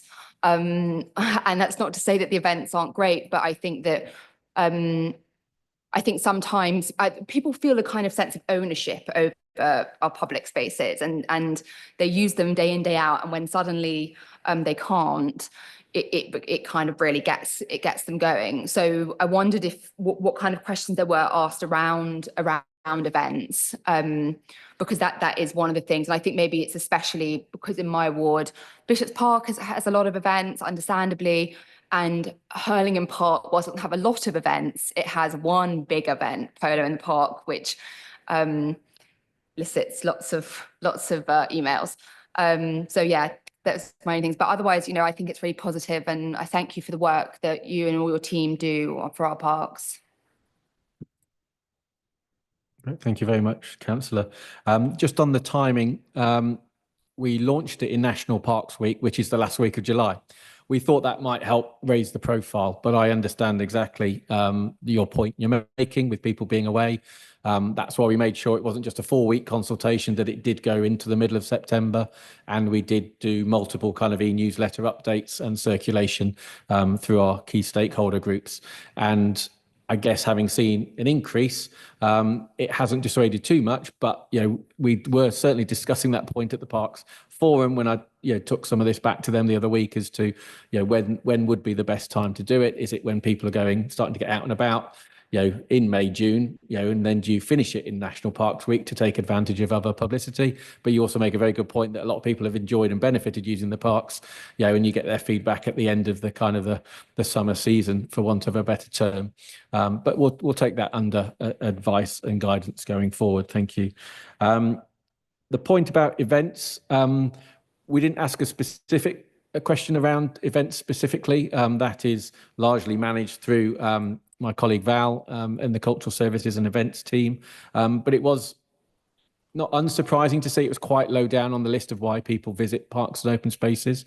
I think there is some work to do about community events, stroke commercial events, but we know that financially, it's challenging to manage and maintain our parks to high standards, and events alongside sports income is one of the ways that we help supplement the budgets that are largely expenditure budgets for that. But it is providing a balance on that, and I think as part of good parks practice is to have an event strategy, and it's something that myself and the events manager has discussed previously, and maybe coming through the cultural compact, it's something that between the Parks Forum and events we can try and provide a balance, which is generally what my job is balancing the different competing needs, and brings us back onto the lighting. And you can obviously acknowledge the issues we've got around ecology, and also providing public safety, and I think it's providing enough dark spaces so that our wildlife can survive. But we do have to be really careful with lighting in parks, because then it does give people, in some cases, a false sense of safety, because actually where they walk through the light areas, it's very light, but actually you're creating darker areas, and that's where some of the troubles lie. So you've got to be really clear and careful where you do light spaces, that there aren't very obvious dark patches within that, as you alluded to in your question. But it is something we'll take under review. We need to make sure that all the current lighting is updated and upgraded, and then we can look at introducing 1 or 2 other areas to ensure people can continue to use our wonderful park facilities that are in huge demand in the winter period as well. Councillor Collins, no? Councillor Patel. Thank you, Chair. Couple of matters. Firstly, congratulations on maintenance, cleanliness, and quality improvement. Perfect. The only concern I have is about safety. It's a fundamental matter, especially in areas such as Ilbrook Common. I frequently walk home at about 7 o'clock when I finish work, from Fulham Broadway to Parsons Green. It's not really a park, it's an open park, a thoroughfare. And, you know, there are times when I'm walking down and you sort of hear footsteps behind you, and it does cause you alarm. So I think perhaps, especially in that area, I mean, the other parks are enclosed, Hurlingham Park, South Park, they're different cattle and fish. Perhaps in Ealing Broadway or parks of that sort, even perhaps Parsons Green itself, there should be some sort of provision for a park caretaker to keep an eye on things. The other thing I'm surprised about is that there's only provision for 5 additional CCTV cameras. And I think I note it says any further efforts will be discussed with community safety and will be subject to funding. I think we're all fully aware of the funding issues, but I think having a CCTV camera in that sort of environment is essential. And I would encourage that more CCTV. The other thing which I was surprised about, Chair, was the information which appears at page 722 and 73 of the appendix. I was surprised at the feedback we got on this survey, mainly from white backgrounds, and only one response from Asian British background and one response from Black British background. So I think that needs to be, I would like a response on that. And the other thing which I was even more surprised about is at page 73, age group. I mean, I would have thought when I was a young man, I used to go to the park much more frequently than now. But the amount of people going to parks in age group 18 to 24 seems to be less than about 2%. And age 25 to 34 is about 25%. Again, I think that needs to be explained, why parks are not attractive to young people. And the final thing I would mention is I can't see any information about encouraging local schools to use our parks. I think that might be the reason why we're not seeing a lot of feedback from young people, perhaps. It's quite a few questions, but thank you very much. Thank you very much, Councillor. I'll try and make sure I keep track of those. So I think just on the demographics of the people that responded to the questionnaire, we will work harder to encourage young people who do go to our parks to actually respond to the survey. So this doesn't tell you who is actually going to the parks. It's whether they've had the time or wherewithal to actually answer the satisfaction survey. And if they aren't answering this in this traditional way, then as we've heard already, we'll work with Youth Council, certainly through my contacts wearing my leisure role. We did a lot of work with young Hammersmith and Fulham on consultation around multi-use games areas, and that fed into the sports strategy. And we had over 600 young people's views on multi-use games areas and sports facilities in parks. So I think on that answer, they weren't engaged in this satisfaction survey, but we need to find other ways of engaging with the young people to ensure that we do make sure our parks and open spaces are popular and are visited by them, and we provide for their needs and requirements as well. Similarly, I guess on the diversity point, we need to work harder to ensure that everybody is encouraged to fill out our parks and open spaces survey. I think the percentage of people that aren't from a white background, as you pointed out, on pages 70, where we look at the demographics of respondents, is disappointingly low because it doesn't represent our borough demographics. So we need to look at how we can improve our consultation, and it may be that we need to not only do a more generic satisfaction survey, but work harder with some of those community groups, to understand their views and thoughts on our parks and open spaces. But nationally, we know that Asian populations don't visit parks and open spaces as much. That might be more representative outside of London, where you've actually got to travel and get to them. But in our borough, it's difficult to walk, half a kilometre down the road and not pass a park or open space. So we need to understand why they aren't engaging with us through this satisfaction survey. Your point around security has been discussed in answer to one or 2 points, and it's an interesting proposal about having a kind of a night times parks ranger. I mean, effectively, that is what the law enforcement team is. They've just got wider responsibilities now.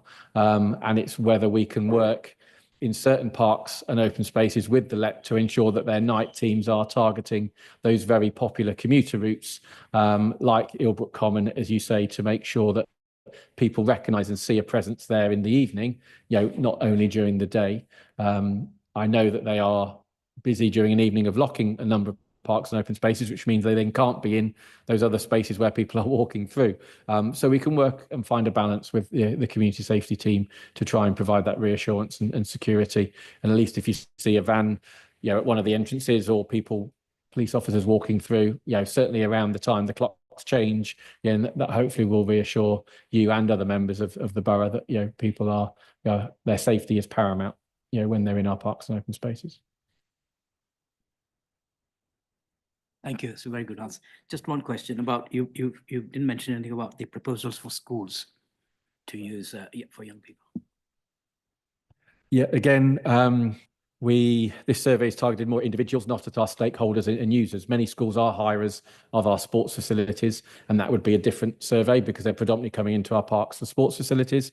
However, we are working to ensure that where we've got our tiny forests, where we've got some woodland areas, we are bringing forward as part of the Parks Improvement Plan, kind of outdoor classrooms in a number of our parks and open spaces. And we hope to get those on a booking platform, the same as our sports one, in the next 6 months, to ensure that schools know where they can then go and learn about nature in our parks and open spaces, because we know many schools don't have natural areas within their own school footprints, because we are restricted in being in a London borough. So we need to make sure we do deliver that, and we do have a number of informal outdoor classrooms in our spaces at the moment. My colleague in Wormwood Scrubs has just been doing some outdoor education programs through the October half term to encourage more to come out. And as I mentioned, through the tiny forests, which we hope to have 10 of by 2030, each of those come with stools and benches like the one in Eelbrook Common that you must walk past in the summer, where children and schools can go and use that. We don't know how popular they are at the moment,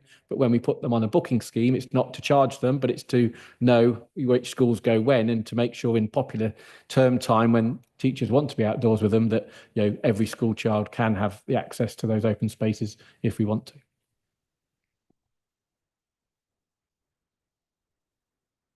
Councillor Collins, do you want to come in? I was just going to say, Do you want to put...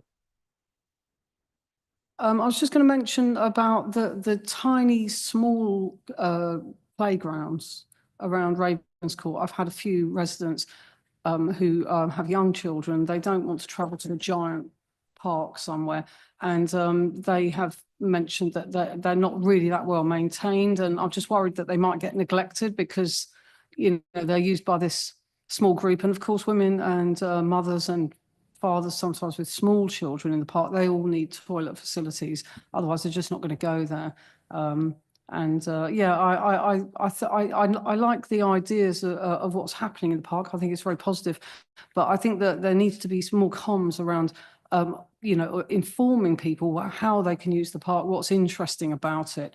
I don't know if they're still there, but there used to be newts in some of the parks up here. I don't know if they're there. These kind of things, just the fact that people don't know about it.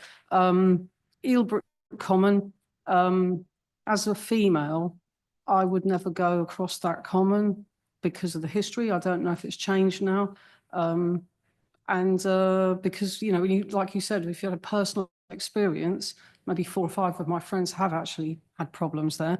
I always tell all my female students, don't walk across that after sort of like once it's dark. But I don't know if that's changed. I hope it has, but you just wait and see. But it's mostly that those type of things are affecting women. I think women with small children and the safety of women. Thanks. Certainly, we are aware that the playgrounds in some of the parks and open spaces aren't up to the high quality that we'd like to, and that's why we've been carrying out a detailed review of all our playgrounds in the 35 parks or open spaces that have playgrounds, and we'll be bringing an improvement plan back to you to ensure that they are. We know they are safe. We have 4 inspections a year, and we carry out the priority ones of those to make sure all equipment is safe, or if not, take it out of action and replace it where possible. We have increased the maintenance costs on our parks and open spaces this year, and we'll look to continue how we can invest in them to make sure we don't have so many maintenance problems again in the future. But yeah, there's quite a lot of infrastructure that goes into it. It's not just the playground equipment itself, it's the safety surfacing, and the other infrastructure around that. But we know how valuable they are, not only to the children and young people to ensure they have a great start in life, they are social in those playgrounds and learn a lot, but they're also valuable to young mums and parents and fathers as well as social places, at all times of the year as well. So that, we know where our poorer performing playgrounds are now and where we need to invest to have some quick wins and improvements, and then a sustained plan going forward to how we can invest in those in the future. And I take the points that your colleagues have echoed around safety. As far as I'm aware, we haven't, in my time, and I've only been here 3 years, had a major incident in Ilbrook Common, as you mentioned, but that history does carry on for a time, and it is difficult to change that perception. But with hopefully the answer I provide your colleague Councillor Patel, we'll work with our elect colleagues to ensure that there is a greater presence at this time of year in those busy commuter routes that go through our parks and open spaces. We have got money in our improvement budget to look at the lighting, both from an efficiency LED point of view, but also to make sure they're the right lux levels in that space, to ensure that people hopefully feel safer. Thanks very much. Thanks for those responses. So I've got a few points of my own. You've covered a number of the points. I won't go back so much over the safety points. So these are sort of more collected points some of you will have heard before, I think. But one of the complaints I've heard, and I've observed it myself, is that Ravenscourt Park often isn't locked until quite late, often well after it's gone dark. So I would just sort of raise that as an issue, because I wonder if the elect team could provide you with information as to when they're locking Ravenscourt Park, because it does seem, I got a complaint about it from a resident in the summer, and I did then notice it myself, and other people are certainly noticing that Ravenscourt Park, which has a safety implication. I mean, we don't expect it to be locked necessarily the moment it's sort of, night falls, but one would expect it to be locked soon after that. I think in terms of some of the, the collection of them, infrastructure, I guess, in parks, certainly support the idea of putting extra water fountains in parks where we can do that. I think particularly in summer, we're certainly encouraging, when we're encouraging people hopefully to carry their own water bottles and to use the park for a length of time, we'd obviously want them to have access to drinking water and to encourage them to use water fountains. I know we've put a number of them in parks.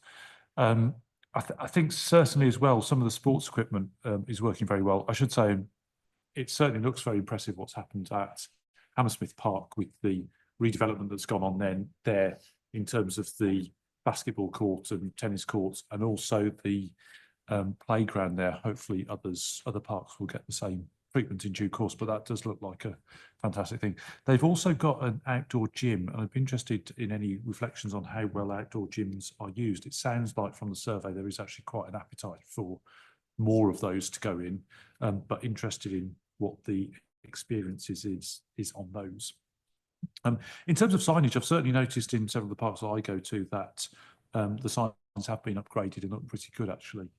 Those green, certainly the new green signs that go in and give you information about the park, which is both quite interesting and links back to the heritage and other points that we were discussing earlier, and actually has a sort of map of what is in anywhere in each park. Biodiversity, again, I think that works well in some cases. In a lot of cases, the one thing I would encourage, and this might be early next year, is that as soon as some of the crocuses come up, particularly in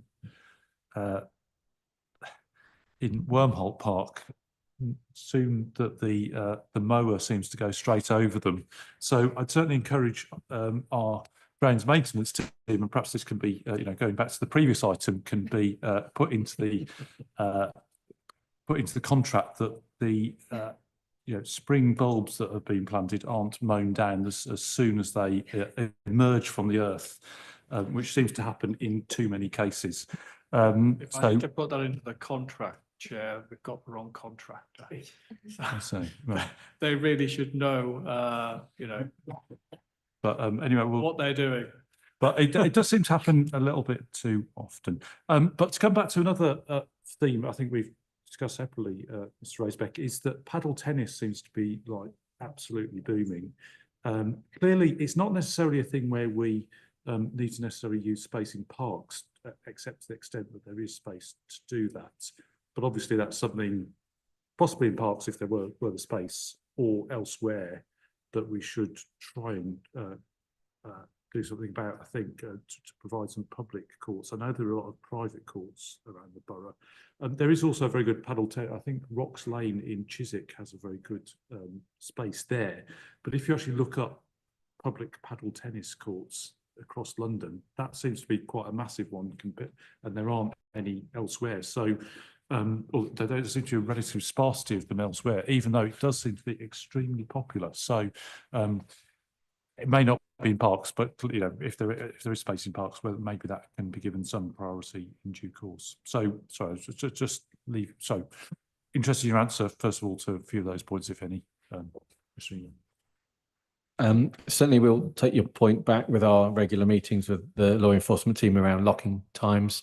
It is a little bit fluid on evenings, depending on where their resources are being drawn to. But I appreciate, you know, that if you leave it open too long, then you might be creating further instances for them to report to. So we have revisited the locking times, you know, at their request, so it now fits in with dates that link to their shift patterns throughout the year. So we've been flexible to work with them. So we now need to make sure that they try and, wherever possible, stick to that going forward. But I think we can also improve both our signage, you know, on the popular parks, you know, which are locked and aren't locked, you know, and the website improvements as well, which is, again, you know, going back to a previous point one of your colleagues made, you know, was around improving information so people know where they can get to, and you know, and have that more easily accessible. We only have detailed information on about 10 parks on our website at the moment. We need to get that to all the green flags initially, and then we want to make sure that there's more detailed information on all our parks and open spaces. The information's there, it's just not up on the website at the moment, to make that more easily accessible to everybody to view the key aspects that they're looking at and what features are in each park and open space. Our drinking fountains, the standard one that we provide now, has water bottle filler, the normal traditional water spout fountain, and also dog bowls. We've put 2 or 3 of those in now, and we've got a plan with investment funding to widen the number of parks that have those, particularly where there are, you know, sports pitches and outdoor facilities. We don't have detailed feedback yet on the new outdoor gym in Hammersmith Park, but we'll see how that feeds back over the last year. I know there were some concerns when it went in, but you know, every time I've been in or around that park, and my colleagues have, we've often seen it being used, and there's been no negative feedback since it's gone in at all. And as you say, the feedback that, you know, 80 or 90 people, you know, want more outdoor gyms in open spaces. It's just trying to provide them where there's the most targeted need, you know, working with our public health colleagues so that they complement our indoor gyms, you know, which often does work. But also an interesting point, we have used them to help dissuade or move on antisocial behaviour in some of our parks and open spaces, because you're bringing 2 different types of clientele. And if you've got people bodybuilding, working out, fitness, you know, right by the skateboard park, which we put in Bishop's Park, it doesn't rule everything out. And the odd instance, you know, then you are kind of providing a bit of self-policing by the different groups that you are bringing together in similar spaces. So there are sometimes multiple benefits to putting in outdoor gyms, and that was certainly seen. Yeah, the point Mark responded to the flora and fauna, and making sure that it lasts its life cycle is vital, you know, to the bees and butterflies and all the other insects and creatures we want to support in our parks and open spaces.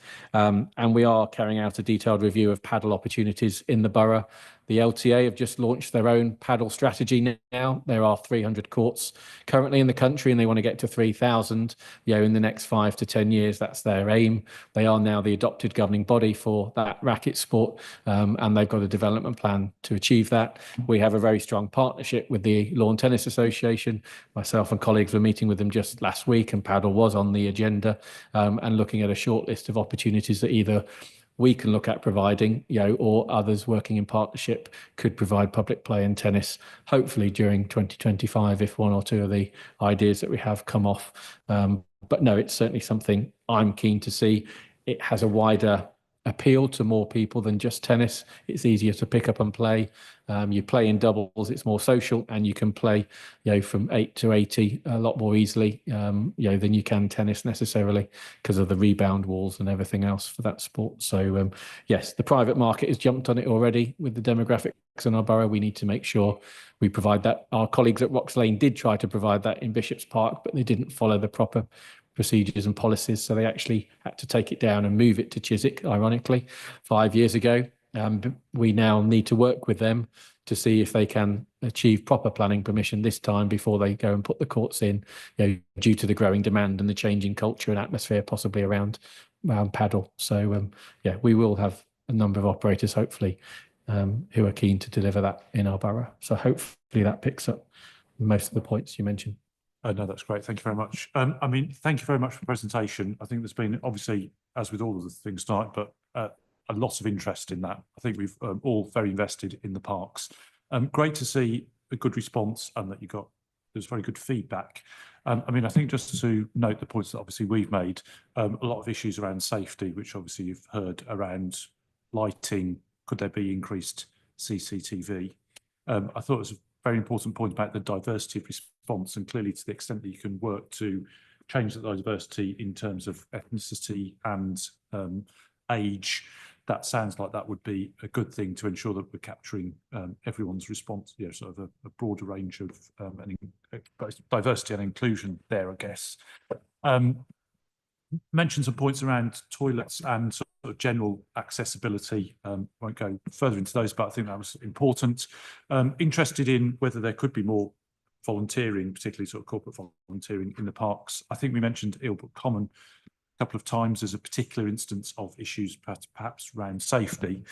And finally, obviously interested in the opportunities for sports in different ways, and clearly putting other facilities in there. But thank you for all the work that's being done. We look forward to seeing how progress you make in the next 6 to 12 months or so on some of that. So thank you very much for the presentation tonight. Okay, well, thank you very much for that.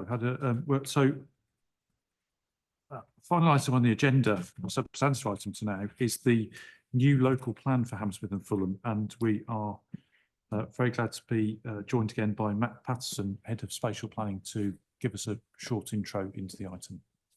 Thank you very much. Hello, Chair. Good evening, councillors. Thank you for having me along tonight to talk about the new local plan. It's very exciting. I'm a town planner, obviously. It's a very exciting opportunity for me and the team. We adopted our current local plan in 2018. Typically, you review a local plan every 5 years is the national requirement. So this one's 6 years old, and we're only commencing that review process now. We've wanted to undertake a review of the local plan for the last couple of years at least, but we were conscious that the previous government was looking at fundamental changes to the planning system more generally, which would have constrained significantly the scope of a local plan for Hammersmith and Fulham. And then obviously we were still recovering from the pandemic and understanding what the impacts of that were, on in particular things like working from home and work patterns and requirements around that. And then lastly, more recently, around inflation, what that's done to business confidence and in particular the building industry. However, we now got the green light from Cabinet to move forward with the local plan review. That was given on the 7th of October, so it's pretty fresh from my perspective. And so we are literally just at the commencement stage of what will be about a 2.5-year journey to getting through to an adopted local plan. And there's a lot to be done in that 2.5 years, really. So it's good timing, I think, primarily, obviously, with the new Labour administration. They've got ambitions around building 1.5 million new homes across the UK in the next 5 years. We'll need to align ourselves with that agenda.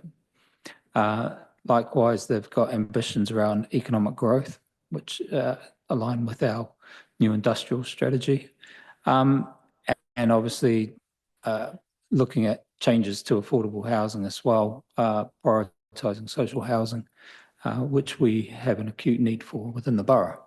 So with that in mind, the paper today is intended as a sort of just a brief outline, really, of both to give you some detail on the stages that we go through to prepare a new local plan, because it's quite being a statutory plan, it's quite a regulated process under the Town and Country Planning Act, so we can't deviate from it.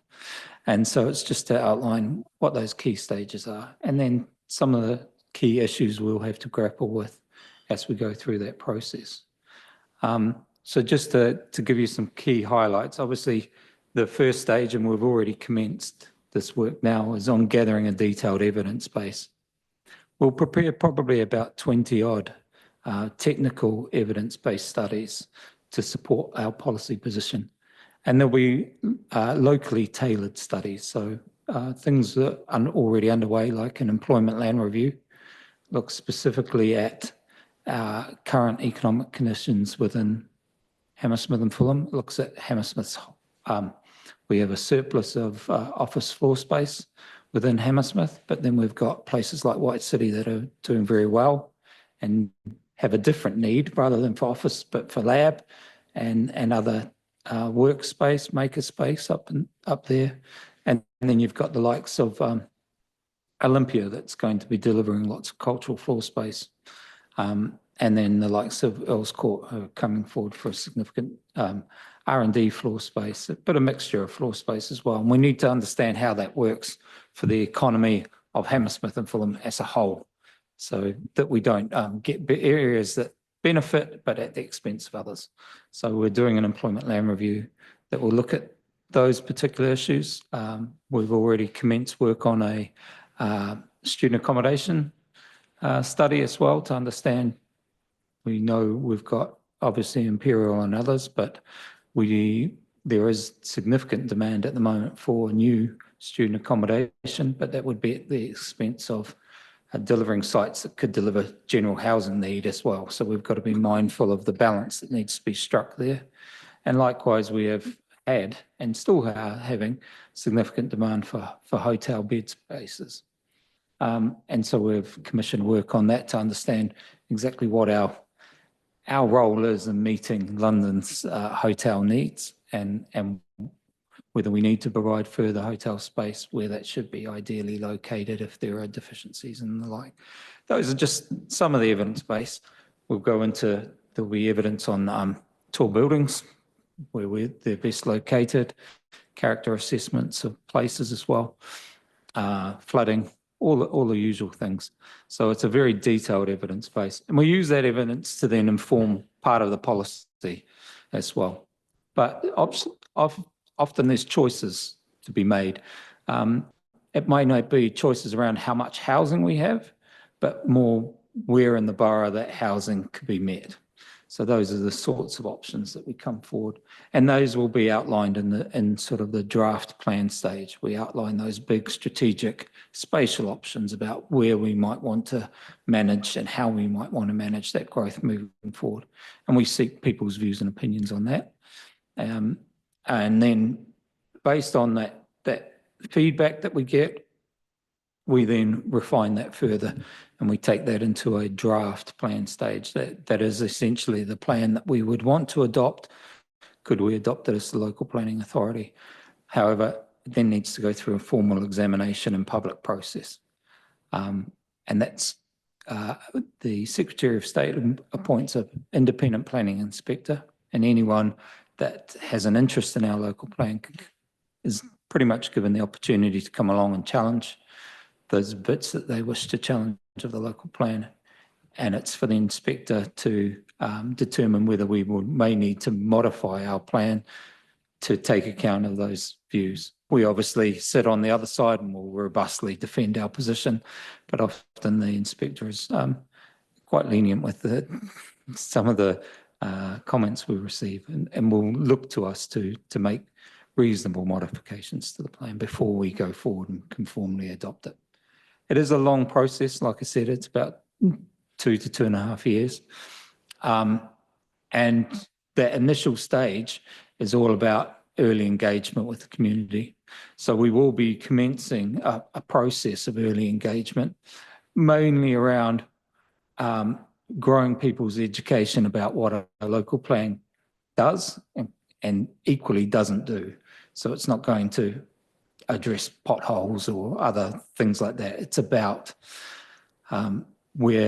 what needs we as an authority have for housing and employment, and where those needs are best met. And that's primarily what the role and function of a local plan is. And then there's detailed policies on how you deliver that, as well as the consideration of what kind of aspirations we have for design, climate change outcomes, and et cetera for different types of land use as they come forward. But essentially that's it. And then, as I have outlined in some of this report, there are some key issues that we will need to deal with as we go through a local plan. The greatest one will be housing need and land supply to meet that need. Through the London plan is pretty much our vehicle for how we are given a strategic housing land requirement, if you like, our strategic housing requirement. Luckily, the GLA has been negotiating with the government. Currently, as they've written the National Planning Policy Framework, it seems that every local authority has to go through what's called a standard method, and that generates your housing number. But in London, the role of the London plan is to take London's housing need and then to redistribute that need based on not where the need arises, but where the land is available to meet the housing need. Typically, it's taking our growth in the west and saying some of that has to be met in the east, because that's where the land availability is.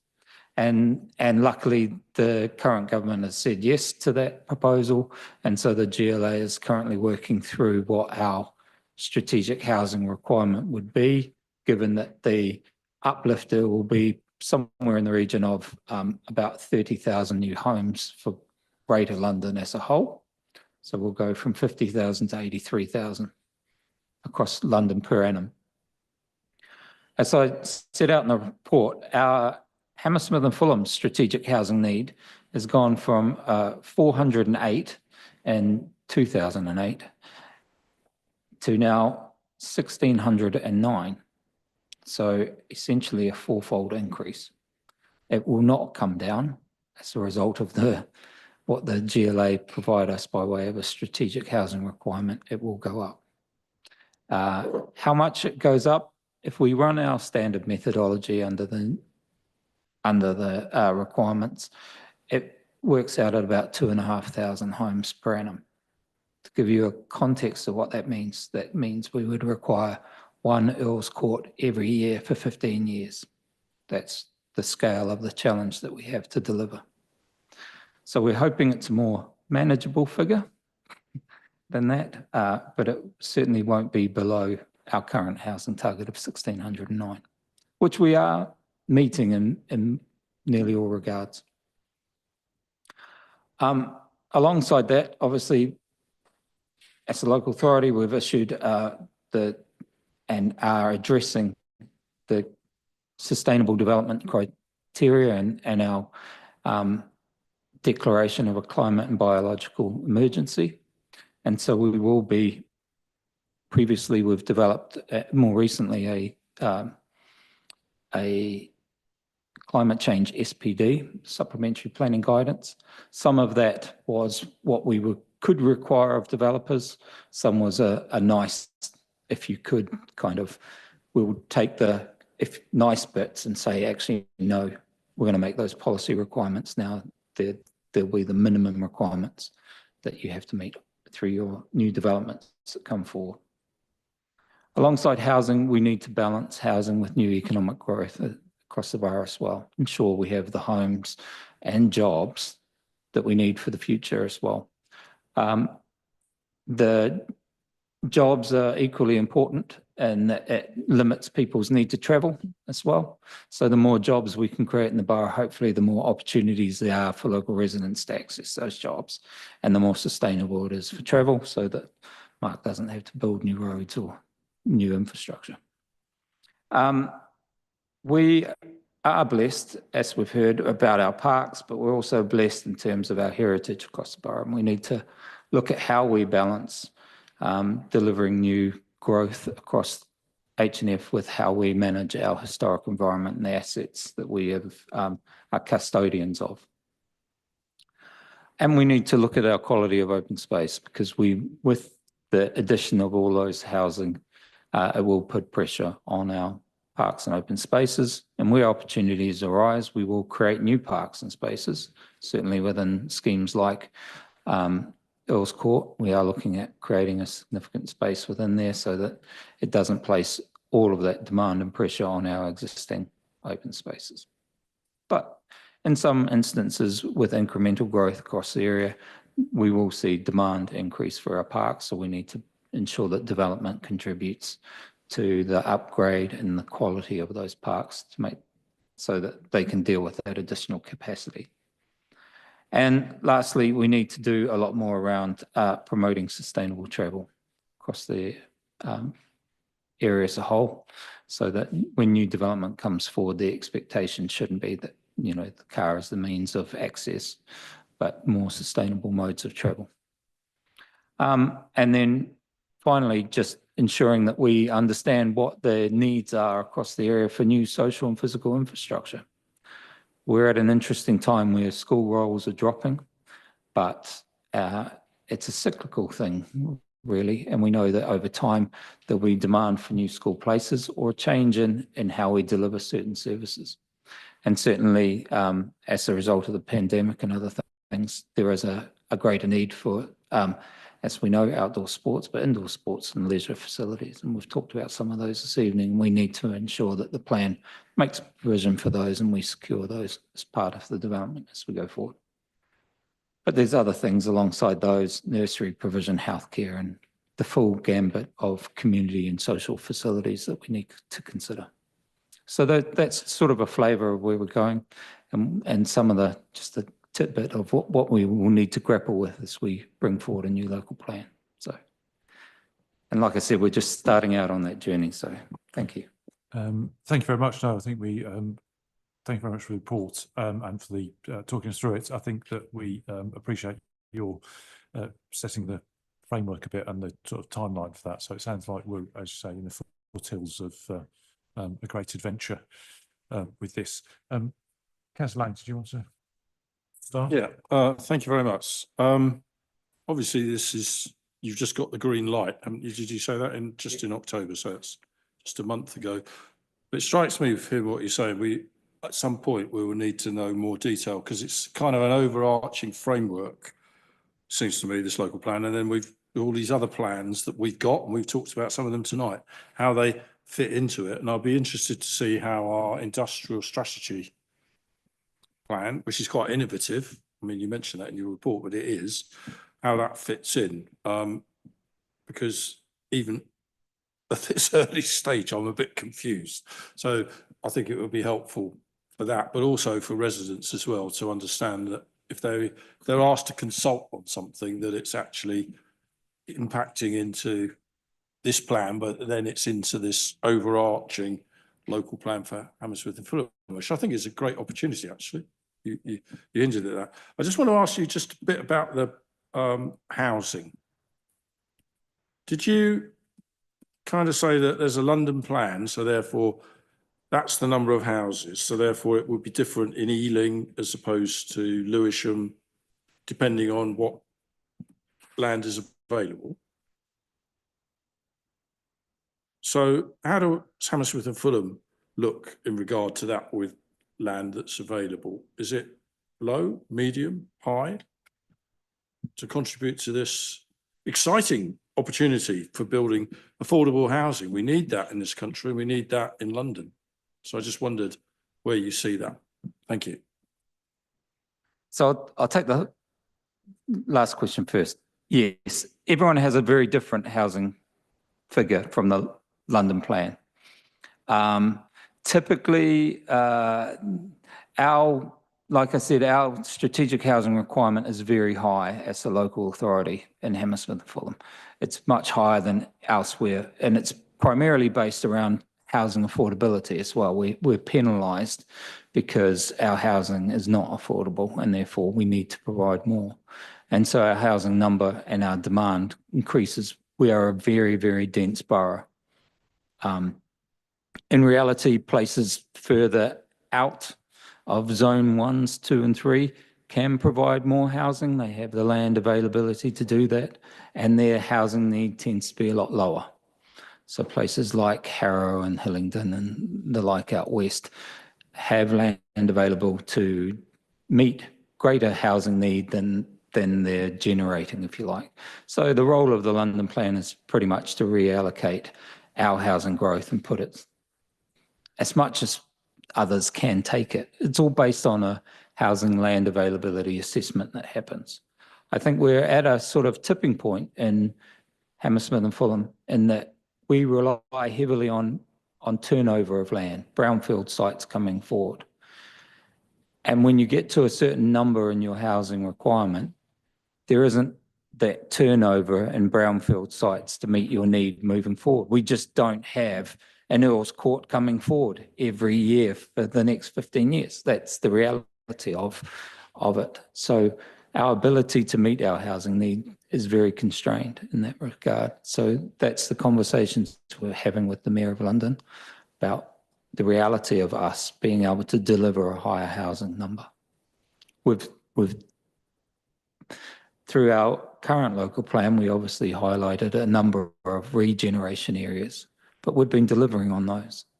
And that's how we've met our 1,609. We don't really have any new, significant opportunity areas like those coming forward. Yes, they can deliver a little bit more, but in reality, we've been building those out and they have planning permission. So, we need to balance that out. So we'll need to play that out. And that's the role of everyone to have a say in how that's delivered and whether we think it is deliverable, really. In terms of the other strategies, it is a great time for us as the planning authority because we do have the industrial strategy coming out. We've got a new cultural strategy. We've got all, as Simon said, he's working on the open space strategy. The local plan does take account of all of those and looks at how we can, through the local plan, implement them.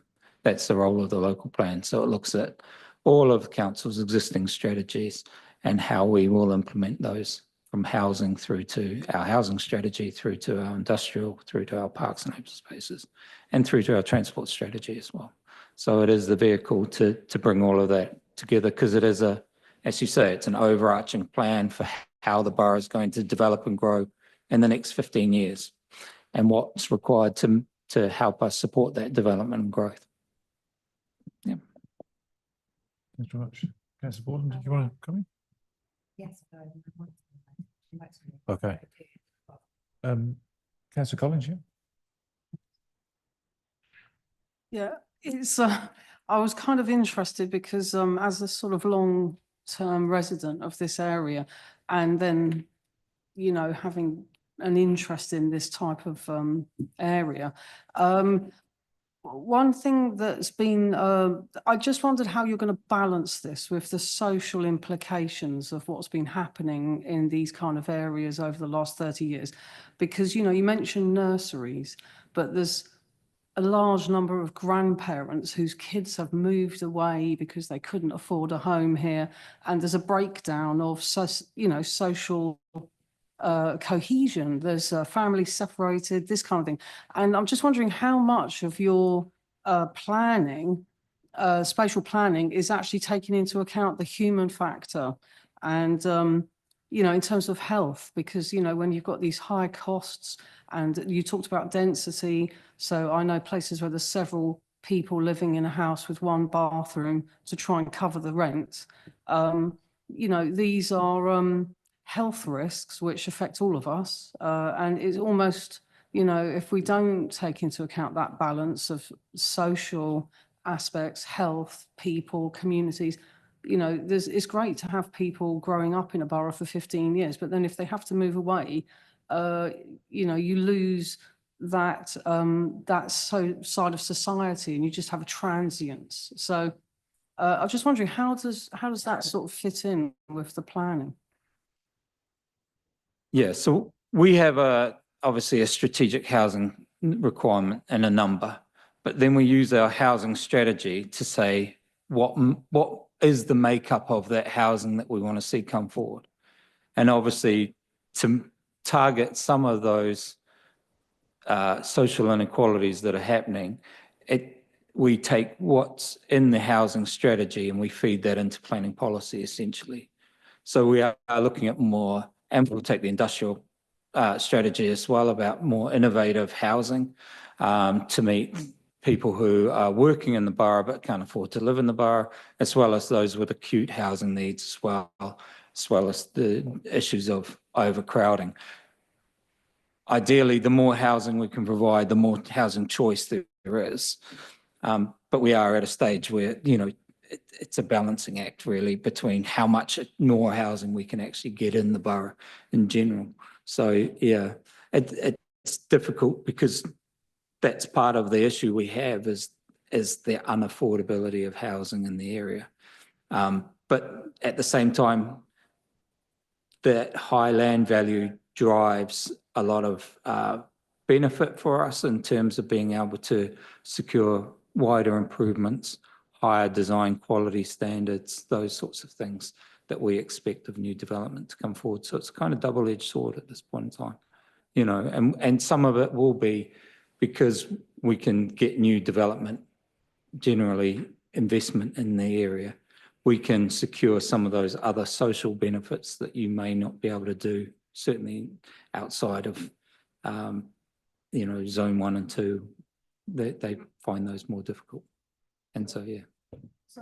So just to follow up on that, because we want to have families here with children, but those children are going to grow up and people are going to get old. So what I'm saying is that I just feel that if it's just a snapshot of 15 years of economics and you want something like Silicon Valley, what happened there, then families don't really factor into that, and nor do sort of people who can't afford, you know, massive prices. So I'm just, yeah, it is very interesting how you're going to work out that dynamic. Thanks. Councillor Patel. Chair, thank you. Yes, massive undertaking. I would like to know who are the stakeholders and interest groups who are going to be involved. From my understanding, the way it's going to work is the local plan is going to be drafted. It then comes before full council for its endorsement. Then there's a public consultation. I think the figure I see of public consultation is 6 weeks only. I think that should be reviewed. If the 6-week period falls over, for instance, the summer holidays that we've seen with the car park, with the park survey, it probably doesn't work. So that should be a longer period. Then it goes to the London plan for the approval of the mayor. Is that just restricted to housing or all areas? And then it goes to the Secretary of State for endorsement. What I'm trying to get my head around is, what is the aim? I mean, is the aim for redistribution of resources to local authorities in London by what comes up with this review, or what are we trying to do apart from putting forward a plan? Because it's going to go, as I said, there's a London-wide consultation and there's a final endorsement by the Secretary of State. Okay, I'll see if I can deal with all of those. Yes, there are formal stages of consultation, and normally we don't abide by the guidance as to the length of those periods for consultation. We also do and plan to do a lot of informal engagement.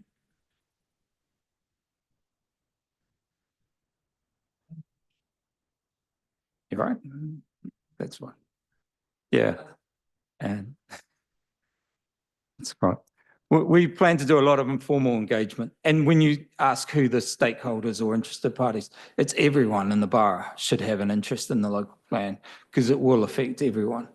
But we will start with the residents associations, the interest groups, Hammersmith Society and others, as well as any landowner groups that we know and are interested in. We've got Hammersmith bid, Fulham bid. There are a range of stakeholders across the borough that are known to the council that we will undertake early engagement.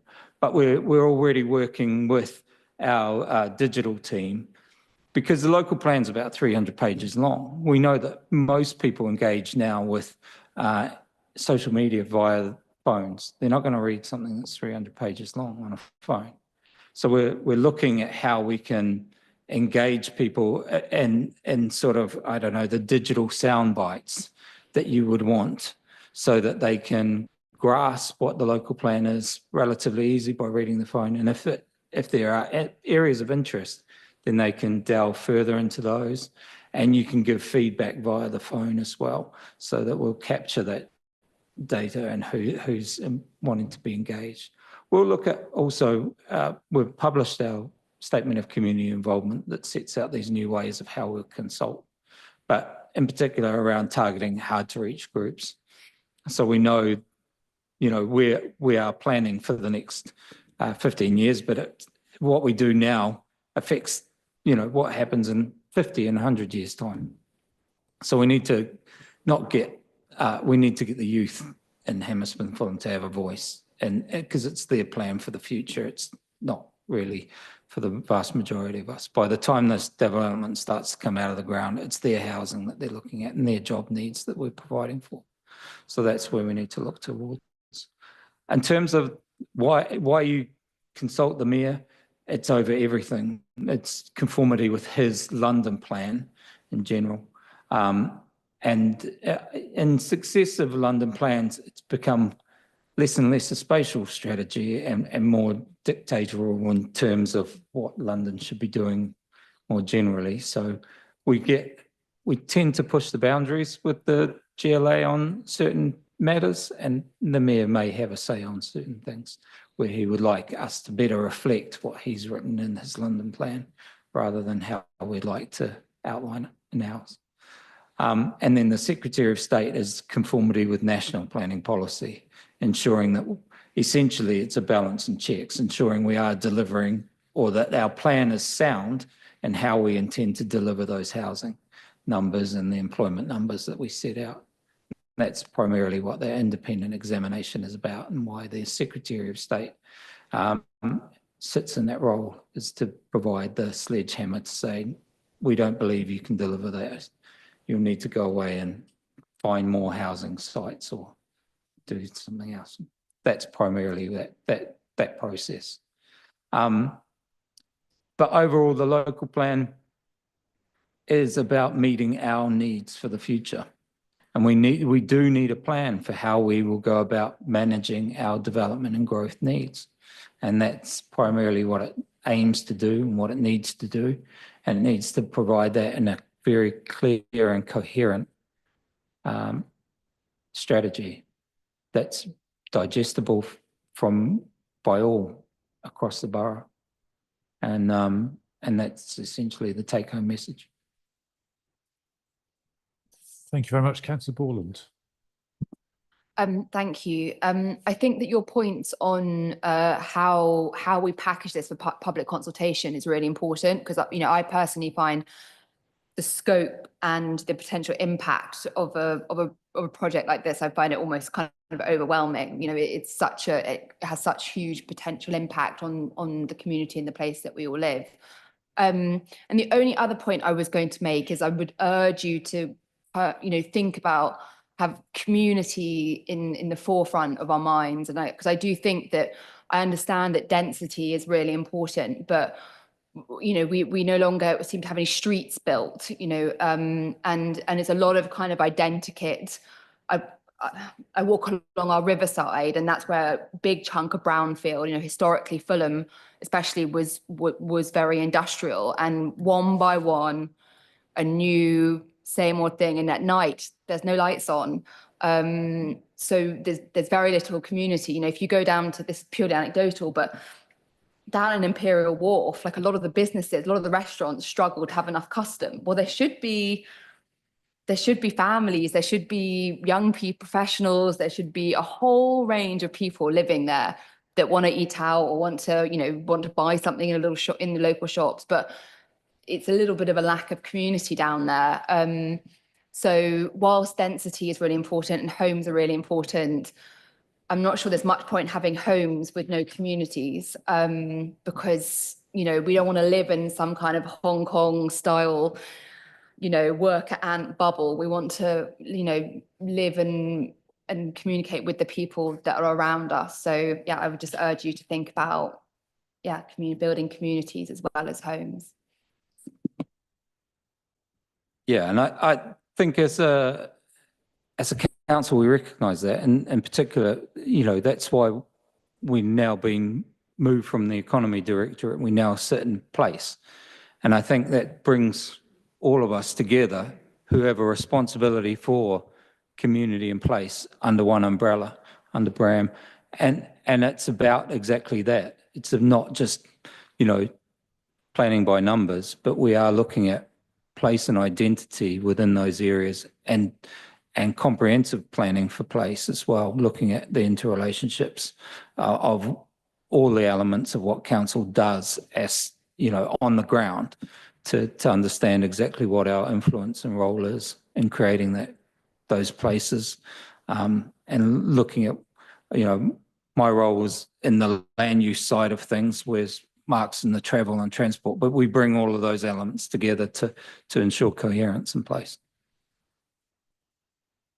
So much. Just one sort of quick question, because I think quite a lot of the points have been answered. But in terms of, we're probably going to hear a lot more from the government in terms of its planning strategies. I mean, how will that, in terms of the timing, how will that impact how this sort of local plan moves forward? Because clearly they could drop something this year, early next year, whenever it might be. Like I said, there's no perfect time to do a local plan review, because something will happen during the course of the next 2.5 years to make us have to think and revisit our direction of travel on maybe a specific issue, maybe a few issues. At the same time, we'll be doing our local plan. The Mayor of London's going to be revisiting the London plan at the same time. So we'll need to be mindful of those changes as we go through, as well as you say, what comes out of national government as well, and what their thinking is. We kind of have an understanding where we think they're going on certain matters, but you know, you don't know until it comes out in a white paper or in a consultation. But at least as we progress our local plan, we'll be able to take our evidence base that we've got and look at how that evidence relates to what the government's telling us it wants to do, and whether there's a conflict there, and we can feed that back. And you can also depart from national policy, and you can depart from the London plan if you've got local evidence to support your position. And that's where that evidence base comes back in. If we got a robust evidence to say, actually, that doesn't work for Hammersmith and Fulham for these reasons, and we can demonstrate that. You've got to think it's national planning policy. It doesn't work for everywhere, and certainly in most instances doesn't work for London, because we are a different context. Yeah. Well, thank you very much for the report and the presentation tonight, Ms. Patterson. I think I mean, just a few of the things we brought up, I guess we'll be interested in how the different building blocks in terms of the other strategies feed into the local, well, are part of the local plan, presumably, and sit within it. I mean, we'll be interested in sort of land availability issues and what the actual figure is that comes out of all of those conversations. We also touched on, obviously, health and other issues. I think we'll be particularly interested, as was noted, to understand the exact timetable and the amount of time devoted to consultation, particularly, and how residents and others get to feed into that. There's a point, obviously, also about communities, and clearly we'll also be interested in how the timetable is affected by, you know, as you say, the things that come along, in particular national planning policy and whatever the Mayor of London does. But thank you. I think it's been sort of educational for us in terms of understanding the process, how things will fit together, and how you'll sort of gather that evidence to put the plan together over the next couple of years or so. So thank you very much for the presentation tonight. So thank you. Well, thank you all for the all of the presentations. I think we've had a number of extremely interesting discussions. So thank you all for participating, or if you have been watching the meeting tonight. And the next meeting will take place on the 3rd of February 2025. But thank you for now. That's the end of the meeting.